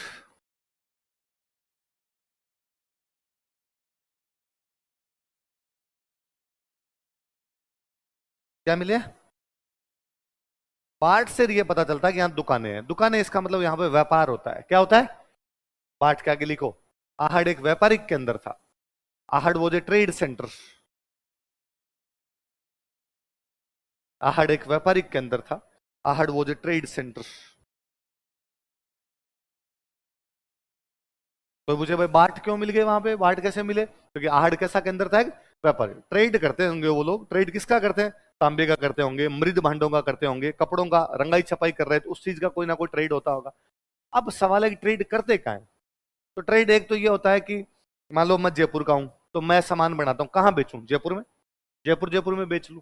और कहाँ बेच दूं, तो मैं चाकसू बेच दूं, दुदू बेच दूं, सांगानेर बेच दूं, आमेर बेच दूं, कुकस बेच दूं। एक ही है, एक ही है कि नहीं भाई, मैं तो यहाँ से जोधपुर बेचूंगा, मैं तो यहाँ से आगे कोई जैसलमेर भेजूंगा, मैं यहाँ से उदयपुर भेजूंगा, मैं यहाँ से भरतपुर भेजूंगा। और कहाँ भेज सकता हूँ, तो मैं यहाँ से पाकिस्तान भेजूंगा, मैं से चाइना भेजूंगा। एक्सपोर्ट तो कहीं किया जा सकता है। हमें यहाँ से पता चलता है कि ये लोग विदेशों से एक्सपोर्ट कर रहे थे। क्या पता विदेश से एक्सपोर्ट कर रहे थे कि नहीं कर रहे थे, क्योंकि हमें यहाँ से एक नीले रंग का पत्थर मिला है। किस रंग का पत्थर है, उसको बोलते हैं लाजवर्द। क्या बोलते हैं, लिखो, इंग्लिश में कहते हैं लेपिस लाजुली।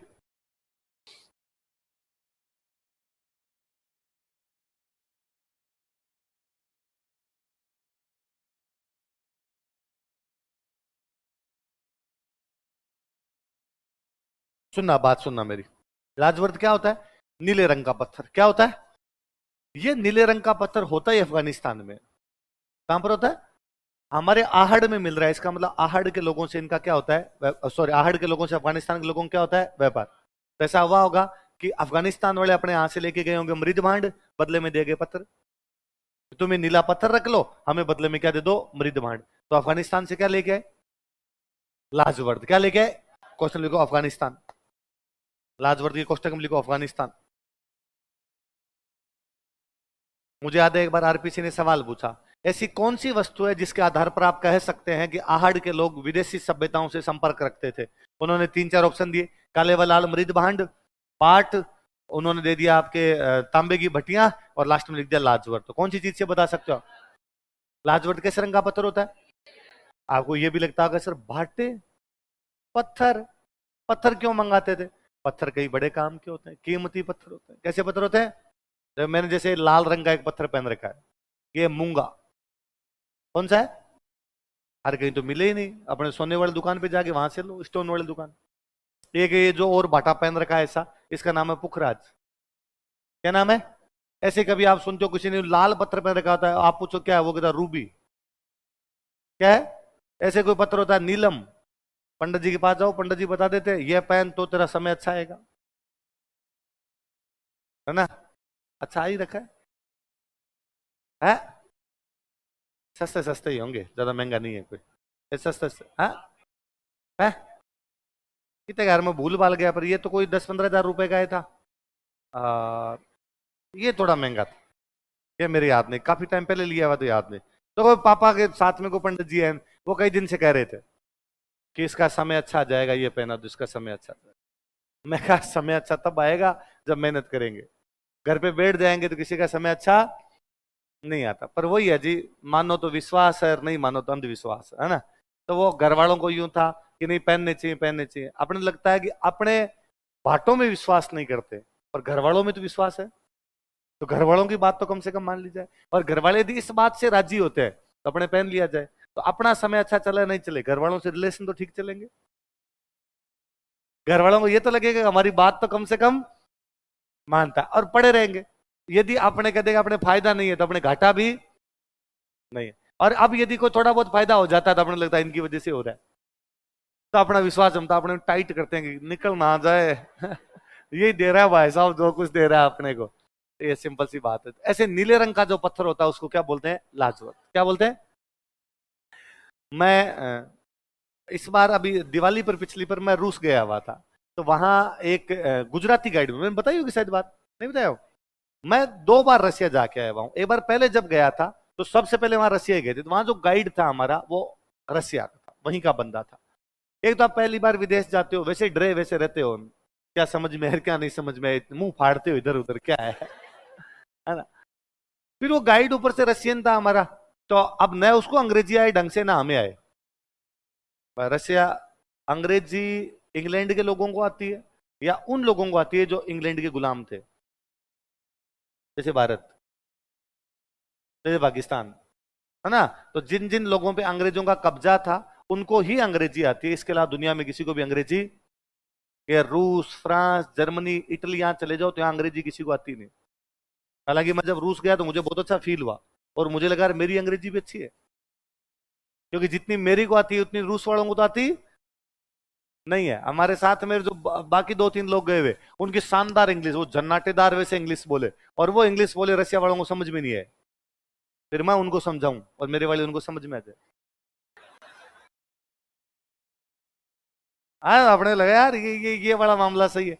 अब वो एक दिन हमें एयरपोर्ट जाना, और वो हमारे जो साथ में थे उन्होंने गजब वाली इंग्लिश बोली, शानदार वाली, टैक्सी कर रहे थे टैक्सी वाले को, और टैक्सी वाले को बाप रे कुछ ही नहीं समझ में आया। मैं बात करता हूँ, मैंने कहा फ्लाई फ्लाई,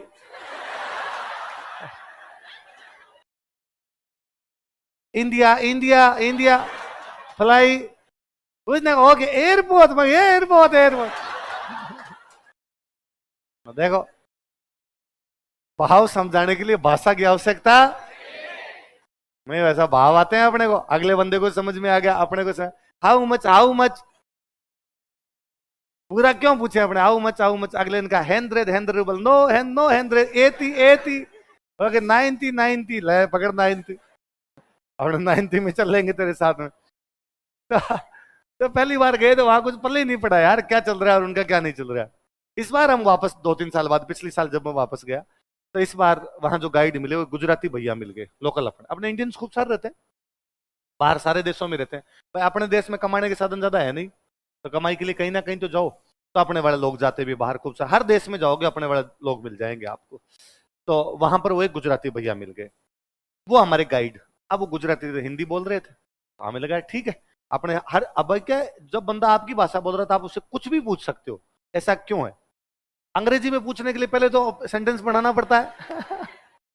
इतने में बंदा आगे चला जाता, अपने सेंटेंस याद आता, इतने में इजे मार लगाए क्या लगाए यहाँ पर। वो गुजराती भैया मिले तो गाय ठीक है। तो वहां रशिया में एक शहर है, उसका नाम है सेंट पीटर्सबर्ग। सेंट पीटर्सबर्ग में वहां का राजा था पीटर, पीटर ने वहां पे महल बनवा रखे, एक महल का नाम है समर पैलेस, एक का नाम है विंटर पैलेस, सर्दियों का महल और गर्मियों का। तो हमें वो जब पैलेस घुमा रहे थे तो वो एक कमरे में हमें लेके गए, कमरा बना हुआ है, और उस कमरे में चारों तरफ हरा पत्थर लगा हुआ है, जैसे लाल और ये पत्थर है, जैसे नीला बता रहा हूँ, तो जो पूरे में हरा हरा हरा हरा पत्थर लगा। और उन्होंने जाते कहा कि ये पत्थर देख रहे हो, यार भैया गजब चमक रहा है यार, ये तो अरे का शाइनिंग बड़ी शानदार है। इस पत्थर का नाम है एमरल्ड, नहीं मेलेकाइट, क्या नाम है इसका, ये ग्रीन जो स्टोन है मेलेकाइट। और ये मेलेकाइट केवल रसिया में होता है, इसके अलावा कहीं नहीं होता। और रशियन लोग ये मानते हैं कि जिसके पास मेलेकाइट है उसके पास दुनिया की पावर है। उनका मानना है कि मेलेकाइट मतलब सिंबल ऑफ पावर, शक्ति का प्रतीक यदि कोई पत्थर है तो कौन सा है। तो इसलिए रशिया का आदमी छोटा मोटा ही रखे पर मेलेकाइट अपने पास रखेगा, कि वो अंगूठी पहन लेगा, है ना, कोई महिलाएं होगी तो कानों में झुमके बनवा लेगी, नेकलेस पहन लेंगे, छोटा मोटा कुछ ना कुछ जो होगा, हाथ में ब्रेसलेट पहन लेंगे, कुछ ना कुछ मेलेकाइट का रखेंगे। इनका लगता है कि मेलेकाइट है तो अपने पास में क्या है, पावर। अब राजा के पास तो ज्यादा रुपए, तो राजा ने पूरे कमरे में क्या लगवा दिया, दीवारों पे भी मेलेकाइट, चेयर के ऊपर, वो चेयर बनी हुई तो उसके भी हत्थे बने हुए तो मेलेकाइट के, टेबल है तो टेबल के ऊपर भी क्या लगाया हुआ, मेलेकाइट, पेन स्टैंड है तो वो भी किसका, मेलेकाइट, सब जगह मेलेकाइट मेलेकाइट रखा हुआ। इनको लगता है कि यार अपने पास पावर। तो उसने मुझे कहा कि तुम है ना जो रूस का राष्ट्रपति पुतिन, उन पुतिन का ऑफिस देखना कभी, उस ऑफिस में चारों तरफ मेलेकाइट लगा हुआ। आज दिन तक भी ये लोग मानते हैं, और ऐसे कल रशिया नहीं मानता, पूरा यूरोप मानता है कि मेलेकाइट का मतलब क्या है, पावर। पर ये मेलेकाइट होता है रूस में था, और कहीं होता ही नहीं। तो बाकी देश वाले क्या करते बेचारे, तो थोड़ा बहुत रूस से मंगाते और मंगा के थोड़ा बहुत पहन लेते। जैसे मान लो इंग्लैंड की महारानी है तो वो मेलेकाइट का नेकलेस बनवाती, और नेकलेस बना के पहन लेती, झुमके बना के पहन लेती, हाथों में अंगूठियां पहन लेती, ब्रेसलेट पहन लेती। अब मान लो कभी वो रूस की, इंग्लैंड की जो महारानी है वो रूस घूमने के लिए आती और रूस की महारानी से मिलती, और उसकी महारानी देखती कि अच्छा इसने मेलेकाइट पहन रखा है, गले में मेलेकाइट, झुमके मेलेकाइट के, ब्रेसलेट मेलेकाइट का, और उसको लगता है कि अच्छा। फिर वो इंग्लैंड वाली महारानी को इस कमरे में लाती, तेरे पास ये 2-4 टपूकड़े हैं मेलेकाइट के, यहाँ पूरा कमरा ही क्या है। तो ये रसिया वाले शो ऑफ करते खुद को, ऐसे आगे वाले कमरे में ले गए, उसमें पूरे में रेड रेड रेड स्टोन लगा पूरा, एमरल्ड, एमरल्ड नाम का वहां का कोई पत्थर है, उसने कहा एमरल्ड। और रसिया के लोग ये मानते हैं कि इसके पास एमरल्ड है उसकी हेल्थ अच्छी रहेगी, ये सिंबल ऑफ हेल्थ है, इसलिए छोटा मोटा एमरल्ड का भी पहन के रखते, एक हरा पहन लिया, एक लाल पहन लिया, ऐसा कुछ पहन लेते कि यार इससे बीपी नहीं होता, थायराइड नहीं होता, कैल्शियम की पूर्ति हो जाती, इनका ऐसा मानना है। क्योंकि ये बाहर वाले भी पहन के रखते, बाहर वाले पहन के रखते, वो कभी पहन के आते तो रूस वाले राजा उसको इस कमरे में लाते कि तुम्हारे पास 2-4 है, हमारे पास पूरा कमरा है। यूं करते करते भैया ने पहले हमें मेलेकाइट वाला कमरा दिखाया, फिर एमरल्ड वाला कमरा दिखाया, आगे कमरे में गए, उसमें चारों तरफ नीला नीला ब्लू ब्लू स्टोन लगा। और भैया बोलते, इससे पहले मैं बोला कि लेपिस लाजुली है, उनका हाँ, तुझे क्या पता है लेपिस लाजुली है, मगर लाजवर्द है, नीले रंग का पत्थर है, कहा लाजवर्द है लेपिस लाजुली है, तेरे क्या पता। मगर भैया ये मत कहना कि ये बहुत अमीरी का प्रतीक है, क्योंकि ये हमारे आहड़ में मिल गया है। तो या तो ये मानना पड़ेगा कि आहड़ के लोग बहुत क्या थे, अमीर, या ये कह दो कि अफगानिस्तान का पत्थर है तो अफगानिस्तान से रूस में भी आ गया और अफगानिस्तान से कहां चला गया, आहड़। तो आहड़ के लोगों का अफगानिस्तान के साथ बिजनेस है, इसलिए वहां से नीले रंग का एक पत्थर आया है, उस नीले रंग के पत्थर का नाम क्या है, लेपिस लाजुली या लाजवर। तो लेपिस लाजुली कहां होता था, क्या होता था। तो आप यदि कहीं पर किसी बिल्डिंग में जाओ और ऐसे नीले रंग का पत्थर वो देखो तो आप समझ जाना कि ये पत्थर कहां से आया होगा। क्या बोलते हैं इस पत्थर को, इंग्लिश में क्या कहते हैं, लेपिस लाजुली। क्या बोलते हैं, समझ में आ गई बात। और क्या मिला आपने आहड़ से,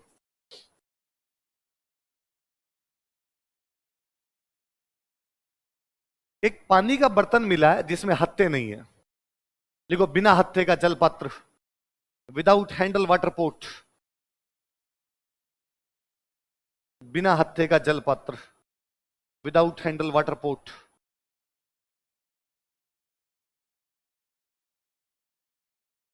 बिना हत्थे का जल पात्र, विदाउट हैंडल वाटर पोट, बिना हत्थे का जल पात्र, कहां से मिला, आहट से। क्या मिला, बिना हत्थे का, पानी का बर्तन है उसके दोनों साइड में हत्थे नहीं। आपने नॉर्मली आप बर्तन देखा करो, जैसे आपने होता है जग, जग के साइड में हत्था है पकड़ने के लिए, आपने होती है बाल्टी, तो बाल्टी के ऊपर पकड़ने के लिए हत्था है, मतलब जो भी पानी का बड़ा बर्तन होगा उसको पकड़ने के लिए हमने क्या लगा रखा है, हत्था लगा रखा है। यहां से एक बड़ा बर्तन मिला लेकिन उसके हत्थे, तो हमने कहा यार इसका मतलब अपना बर्तन तो नहीं है, कहीं बाहर से आया हुआ है। तो पता चला कि ऐसे बर्तन ईरान में होते थे, कहां होते थे, पर्सिया जिसको बोलते हैं वहां हुआ करते थे। तो एक पर्सियन वाटर पोर्ट है, तो क्वेश्चन लिखो ईरान, पर्सिया। अब कोई पूछेगा कि बिना हत्थे का जलपात्र कौन सी सभ्यता से कॉन्टेक्ट को दिखाता है, ईरानी सभ्यता। और सुनो देखो, हमें यहां से एक सिक्का मिला, इस पे अपोलो बना हुआ है, क्या बना हुआ है, लिखो अपोलो के चित्र वाला सिक्का, एक कॉइन विद अपोलो पेंटिंग, एक coin with Apollo painting, Apollo के चित्र वाला सिक्का, एक कॉइन विद अपोलो पेंटिंग। मैं कल परसों आपसे बात कर रहा तो मैंने बताया था कि अपोलो यूनान के देवता है, कहां के देवता है, यूनान। इसका मतलब सिक्का कहां का है, लिख लो यूनानी सभ्यता से कॉन्टेक्ट है, यूनान लिख लो, ग्रीस।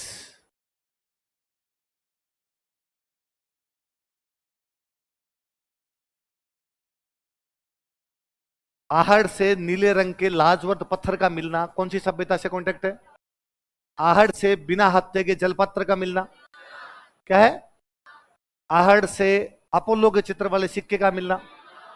अपोलो कहां का देवता है, यूनान। कहां का देवता है, यूनान। अपने जिसको सूर्य बोलते हैं, यूनान वाले बोलते हैं अपोलो। क्या बोलते हैं, अपने कहते हैं सूर्य भगवान, वो सूर्य भगवान को क्या बोलते हैं, अपोलो बोलते हैं। कभी एक इंग्लिश मूवी है बहुत अच्छी, हॉलीवुड की मूवी देखना, ट्रोय। कौन सी मूवी है, ट्रोय, ट्रोय नाम करके एक मूवी, अच्छी मूवी है, देखना कभी आप। उस ट्रोय में ब्रैड पिट हीरो है, ब्रैड पिट। तो ब्रैड पिट एक मूर्ति तोड़ता है और मूर्ति को तोड़ कहता है, यह रहा तुम्हारा अपोलो, सूर्य का देवता। तो अपोलो वहां किसका देवता माना जाता था, सूर्य। इसलिए वहां राजाओं के नाम भी होते हैं अपोलो डॉट्स। राजाओं के नाम क्या होते हैं, अपने यहां किसी राजा का नाम हो जाए सूर्यवंशी, है ना, किसी राजा का नाम क्या होता है, या सूर्य को आदित्य बोलते हैं, अपने नाम होता है आदित्य सिंह, आदित्य कुमार रखते हैं। सूर्य को बोलते हैं मिहिर, क्या बोलते हैं, नाम हो जाए किसी का मिहिर कुल, मिहिर भोज, नाम रख लेते हैं। वैसे उनके सूर्य को क्या बोलते हैं, अपोलो, तो राजा का नाम अपोलो डोट्स। तो अपोलो का सिक्का मिल रहा है, इसका मतलब सिक्का कहां से है। अब कोई पूछ लेगा आहड़ के कौन कौन सी विदेशी सभ्यताओं से संपर्क थे, अफगानिस्तान, ईरान, यूनान। यूनान का क्या मिला है, अपोलो के चित्र वाला सिक्का। ईरान का क्या मिला है, अफगानिस्तान का क्या मिला है। क्या भेजते होंगे वहां पर, क्या बेचते होंगे ये लोग, तांबा, काले व लाल, मृद भांड, रंगाई छपाई की वस्तुएं। दिख रहा है जो जो चीजें बना रहे हैं वो भेजते होंगे, क्या भेजते होंगे। और क्या मिला आपने,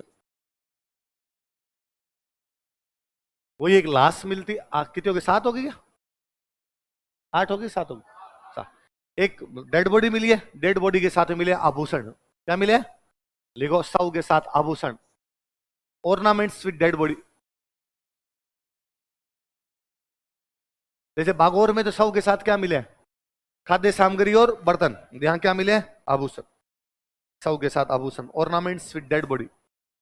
इसका मतलब अमीर टाइप का आदमी रहा होगा, वो मरा तो उसने कहा गहने वहने साथ में रख रहा है, आगे जाते हाथों हाथ चेन वेन पहन के तैयार हो जाऊंगा मैं। तो शव के साथ क्या मिले हैं उसके, एक बैल की मिट्टी की मूर्ति मिलती है। मिट्टी की मूर्तियों के लिए एक शब्द यूज में लेते हैं, मर्ण मूर्ति, क्या लेते हैं, लिख लो बैल की मर्ण मूर्ति, बुल टेराकोटा।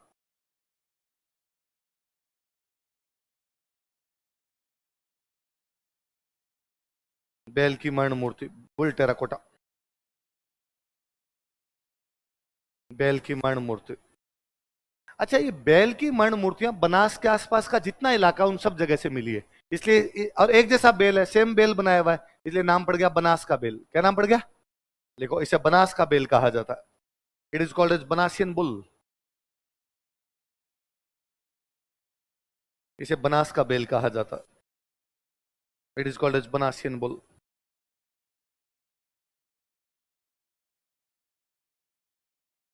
क्या कहा जाता है इसको। अच्छा और देखो मैं बात बताता हूं, बेल का मर्ण मूर्तियों का मिलना यह बता रहा है कि उनके जीवन में बेल का विशेष महत्व है। किसका विशेष महत्व है, खिलौने बेल के हैं, टाबरों को यदि बेल के खिलौने बना के दिए जा रहे हैं, इसका मतलब बड़े आदमी बेल का प्रयोग करते हैं। तो बच्चों ने कहा होगा कि भाई पापा ट्रक चलाते हैं, मुझे भी ट्रक चाहिए, तो तेरे को ट्रक वाला खिलौना ला के दे। यही तो होता है, बच्चे को कार का खिलौना ला के देते, क्यों, क्योंकि कार देखता है वो, तभी तो उसके पास है। तो बच्चे ने बैल देखा है तो उसने कहा पापा के पास बैल है तो मैं भी बैल लूंगा, तो उसे बैल की छोटी सी मूर्ति बना दी होगी, मर्ण मूर्ति बना दी। तो क्या करते हैं बैल का, खेती, क्या करते हैं, जब मनुष्य खेती करने लग गया तो हल जोतने के लिए उसे पशुओं की आवश्यकता थी। वो पशु जो हल जोतने में सबसे अच्छा काम आ रहा था वो क्या था, क्या था, तो इसका मतलब हल जोतने में क्या काम आएंगे, बैल। बैल कहां से प्राप्त होंगे, गाय, इसलिए गाय पवित्र होगी। या क्या, गाय क्या होगी, दुनिया में हर घटना के पीछे और कोई कारण हो ना हो, आर्थिक कारण जरूर होता है।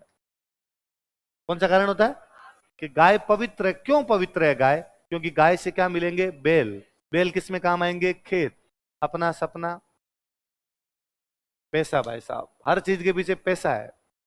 मैं कहता हूं मैं यहां सुबह से शाम तक पढ़ाता हूं, सेम सेम बातें रिपीट करता रहता हूं, पैसा बाबू भाई। मैं कहता आप सारे पढ़ने के लिए आए हो, नहीं तो आज आप घर वालों को फोन कर दो, आपके घर वाले आपको पढ़ा रहे हैं, इसके पीछे भी पैसा है।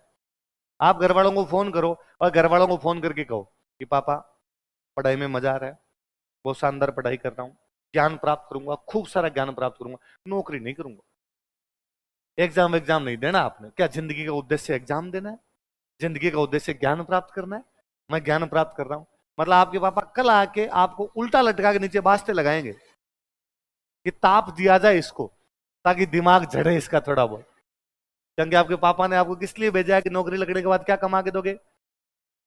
मैं कहता हूं घर में भाई और बहन दो है ना, पापा के पास में एक को पढ़ाने के पैसे हैं, अपने घर वाले कहते हैं भाई को पढ़ा लेते हैं, करते हैं, क्योंकि घर वाले ये सोचते हैं कि लड़की तो अगले घर जाएगी, पैसे अपने को थोड़ी देगी। सेम लॉजिक है सब जगह। वो भेदभाव भी शुरू हुआ तो इसी वजह से शुरू हुआ है, जो है अपने थोड़ी आएंगे कमाई के पैसे, कमाई के पैसे उधर आएंगे, वो जाने उनका काम जाने, वो पढ़ाए तो ठीक है, नहीं पढ़ाए तो ठीक है, बस ठीक है। पहले ससुराल वाले लड़कियों को पढ़ाते नहीं थे, ससुराल वाले कहते नहीं घर का काम कर, फिर ससुराल वालों को पता चला कि आरएस लगती है तो तनख्वाह खूब सारी आती है ना। घर का काम करने के लिए तो 5-7 हजार के अंदर बाई जी भी रखे जा सकते हैं। तो बाद में सासों ने बीननियों का वाह वाह बीननी पढ़ो आपने, तो चिंता करने की आवश्यकता, क्योंकि हर चीज के पीछे क्या है। तो खेती के पीछे बैल थे, बैल गाय से प्राप्त होते, इसलिए गाय क्या होगी, इसलिए हमने कहा गाय माता है। गाय को कोई नहीं मारेगा रे, क्योंकि गाय मार दी तो बैल कहां से लाओगे, और बैल नहीं होगे तो खेती कैसे करोगे, खेती नहीं है तो इनकम कहां से होगी। तो इनकम का सोर्स ही क्या था अपना। मुझे तो कई बार और लगता है कि मनुष्य ने शुरू शुरू में एक्सपेरिमेंट करके देखे होंगे कि खेत में क्या काम आता है, तो भैंस के बच्चे को भी लेके गया होगा। पाडा, पाडा होता है पाडा, तो पाडे को भी ले गया, पर पाडा आलसी होता है, धीरे धीरे चलता है। तो उसको लगा कि नहीं रे ये काम नहीं आ रहा। मान लो पाडा फुर्तीला होता तो फिर पवित्र क्या होती। बैल फुर्तीला है इसलिए पवित्र क्या होगी। मैं और कहूं, छोटा बच्चा होता है ना, अपने गाय के बच्चे को बोलते हैं टोगड़िया। क्या बोलते हैं, टोगड़ी। अपने को छोटा बच्चा हो, अपने घर में छोटा बच्चा हो, और घर में छोटा बच्चा, कई बच्चे चंचल होते हैं, चारपाई पे चढ़े कूद गए नीचे, इधर कुर्सी फेंक दी, पैर के लग गई तो खड़ा हो गया, यूं कर लिया वापस खड़ा हो गया, दो चार किसी की झापड़ लगा दी। छोटे बच्चे तो बड़े चंचल होते हैं, कूदना फिरना। तो घर वाले कहते हैं देख सारे दिन टोगड़िया की तरह घूमता रहता है, क्योंकि टोगड़िया फुर्तीला है, उतना ही उतना फुर्तीला क्या है बच्चा। कई बच्चे होते हैं जो पड़े रहते हैं सारे दिन, खाया पड़ गया, खाया पड़ गया, पाडो है। नहीं कहते, कभी घर वालों ने तो क्या कहते हैं टोकरिया की तरफ पड़ा हुआ है ना, तो उसको क्या कहते हैं कि पाडे की तरफ पड़ा पड़ा खाता रहता है, काम कुछ भी करता नहीं है। तो पाडा खाता ज्यादा है, काम करता नहीं, इसलिए पाडे को खेत में नहीं लेके गए। खेत में किसको लेके गए, बैल। इसलिए बैल की क्या बनाई, मण मूर्तियां। भाई फिर पिताजी बैल की जोड़ी लेके गए, पिताजी बैल का ध्यान रखते, बच्चे ने कहा मेरे को भी चाहिए ऐसे, उसको खिलौने बना के दी, उसको छोटी छोटी मूर्तियां बना के दे दी, उनको हम क्या कहते हैं, मण। और ऐसा पूरी बनास के इलाके में मिले, इसका मतलब बनास नदी 12 मासी है, हमेशा चलती है, इसलिए खेती बहुत अच्छी होती है वहां। खेती अच्छी होती है तो वहां पर क्या मिल रहे हैं अपने को, भले बड़ी चीजें। इनके जो मकान मिले अपने को, वो मकान मिले कच्ची ईंटों के, पर उनकी जो नींव है ना, वो नींव पत्थर की है। लिखो पत्थर की नींव, स्टोन फाउंडेशन।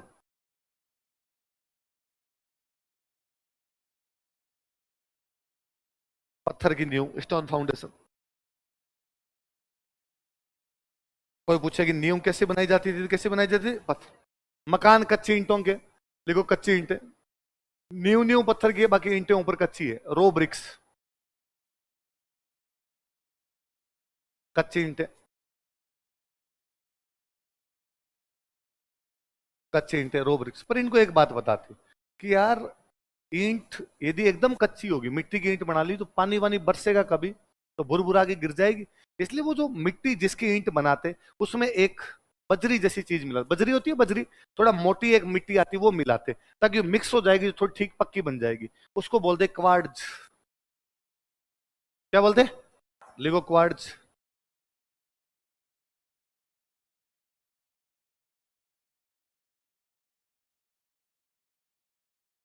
क्वार्ट्ज लिखो आगे, ईंटों में मजबूती के लिए, फॉर स्ट्रेंथ इन ब्रिक्स। ईंटों में मजबूती के लिए, फॉर स्ट्रेंथ इन ब्रिक्स। ईंटों में मजबूती के लिए क्या मिलाते थे, क्वार्ट्ज, क्वार्ट्ज मिलाते। ईंटें कैसी होती थी, कच्ची। लेकिन मकान जो नींव होती मकान की, वो कैसी होती, तो मकान की नींव किसकी बनाते, पत्थर की। मकान किसके बनाते, कच्ची ईंटों के। लेकिन कच्ची ईंटों में मजबूती देने के लिए उनमें क्या मिलाते थे।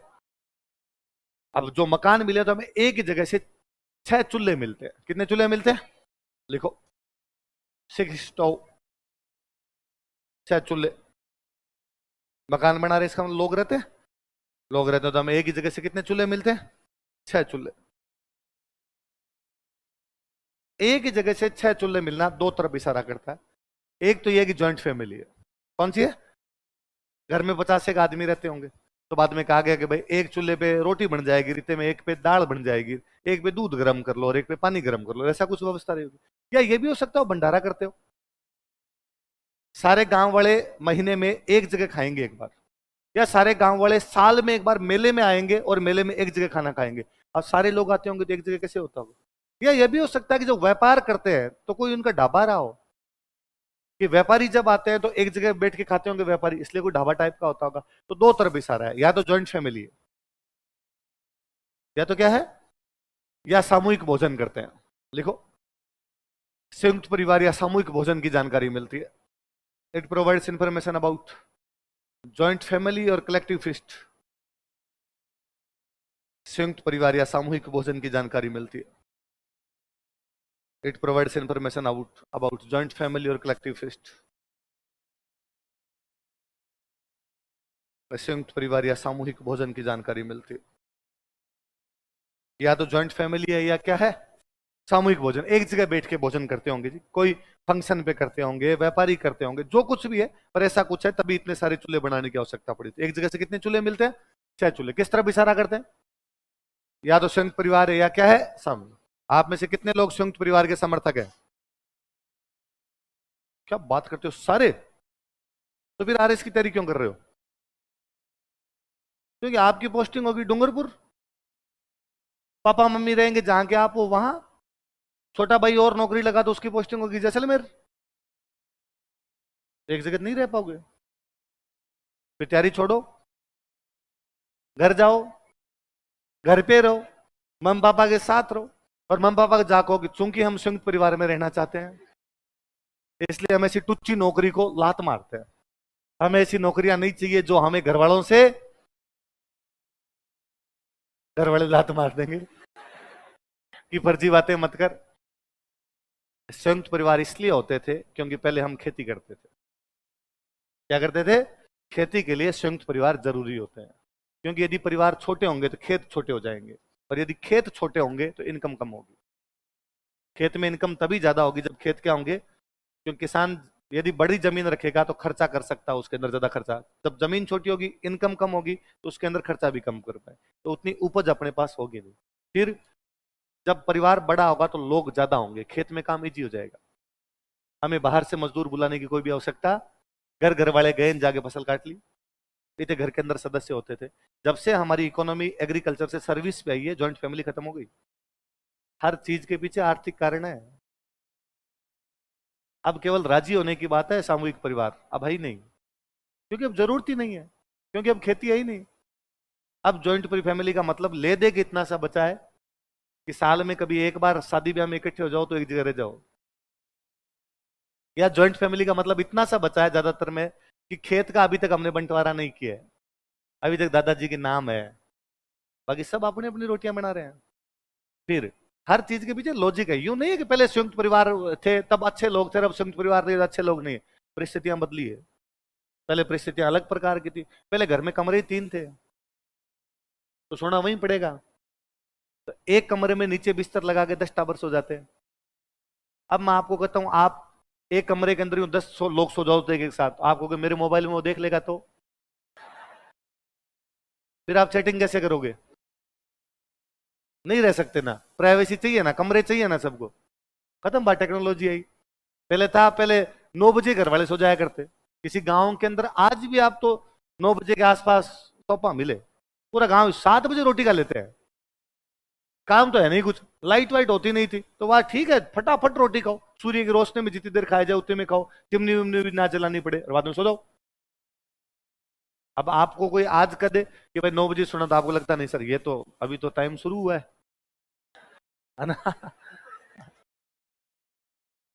हर चीज के पीछे लॉजिक है, बिना लॉजिक की कोई भी चीज नहीं है। तो संयुक्त परिवार अब संभव ही नहीं है। अब केवल अपने राजी रखने के लिए यूं कहते हैं, मन को सांत्वना देते हैं अपने, केवल कि नहीं संयुक्त परिवार अच्छे होते हैं, हमें संयुक्त परिवार के अंदर रहना चाहिए। अरे रहें कैसे? रहना सबको चाहिए, पर जब तक आप शहरों में नहीं जाओगे तब तक कमाई नहीं है। पर भारत में कुछ चीजें ऐसी बन गई जिनके खिलाफ आप बोल नहीं सकते। आप यदि कहते हो कि संयुक्त परिवार खराब है, तो कोई ना कोई टूट के आगे पड़ेगा, कैसे खराब है, कैसे बोल दिया ये वो फलाने। अरे रह कौन रहा है संयुक्त परिवार के अंदर? वो मैं हमेशा कहता हूं कि यार शहर अच्छे होते हैं गांव की अपेक्षा, तो कोई ना कोई आगे गालियां निकालता बाद में, इसको देखो इसकी मति घूम गई है, शहर कैसे अच्छे होते हैं। फिर सारे गांव में क्यों नहीं रहते, शहर में क्यों आगे,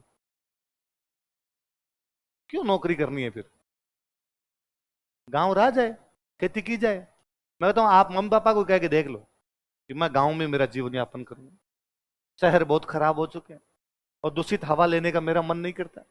स्वच्छ हवा के अंदर गांव में रहूंगा। घर वाले कूट दे कि वर्दी वर्दी बातें करता है फालतू की। परिस्थितियां बदल गई। हर देश समाज परिस्थिति के सामाजिक मूल्य अलग अलग होते हैं। उस समय की सोशल वैल्यूज अलग थी, आज की सोशल वैल्यूज अलग। उस समय की इकोनॉमिक कंडीशन अलग थी, आज की इकोनॉमिक कंडीशन अलग। ये जो 6 चूल्हे मिले, इनमें एक चूल्हा ऐसा है जिसके 2 मुंह है। क्या है? दो। एक तरफ रोटी बना लो, एक तरफ उसमें सब्जी बना लो, लिख लो 2 मुंह वाला चूल्हा। Double fest stove.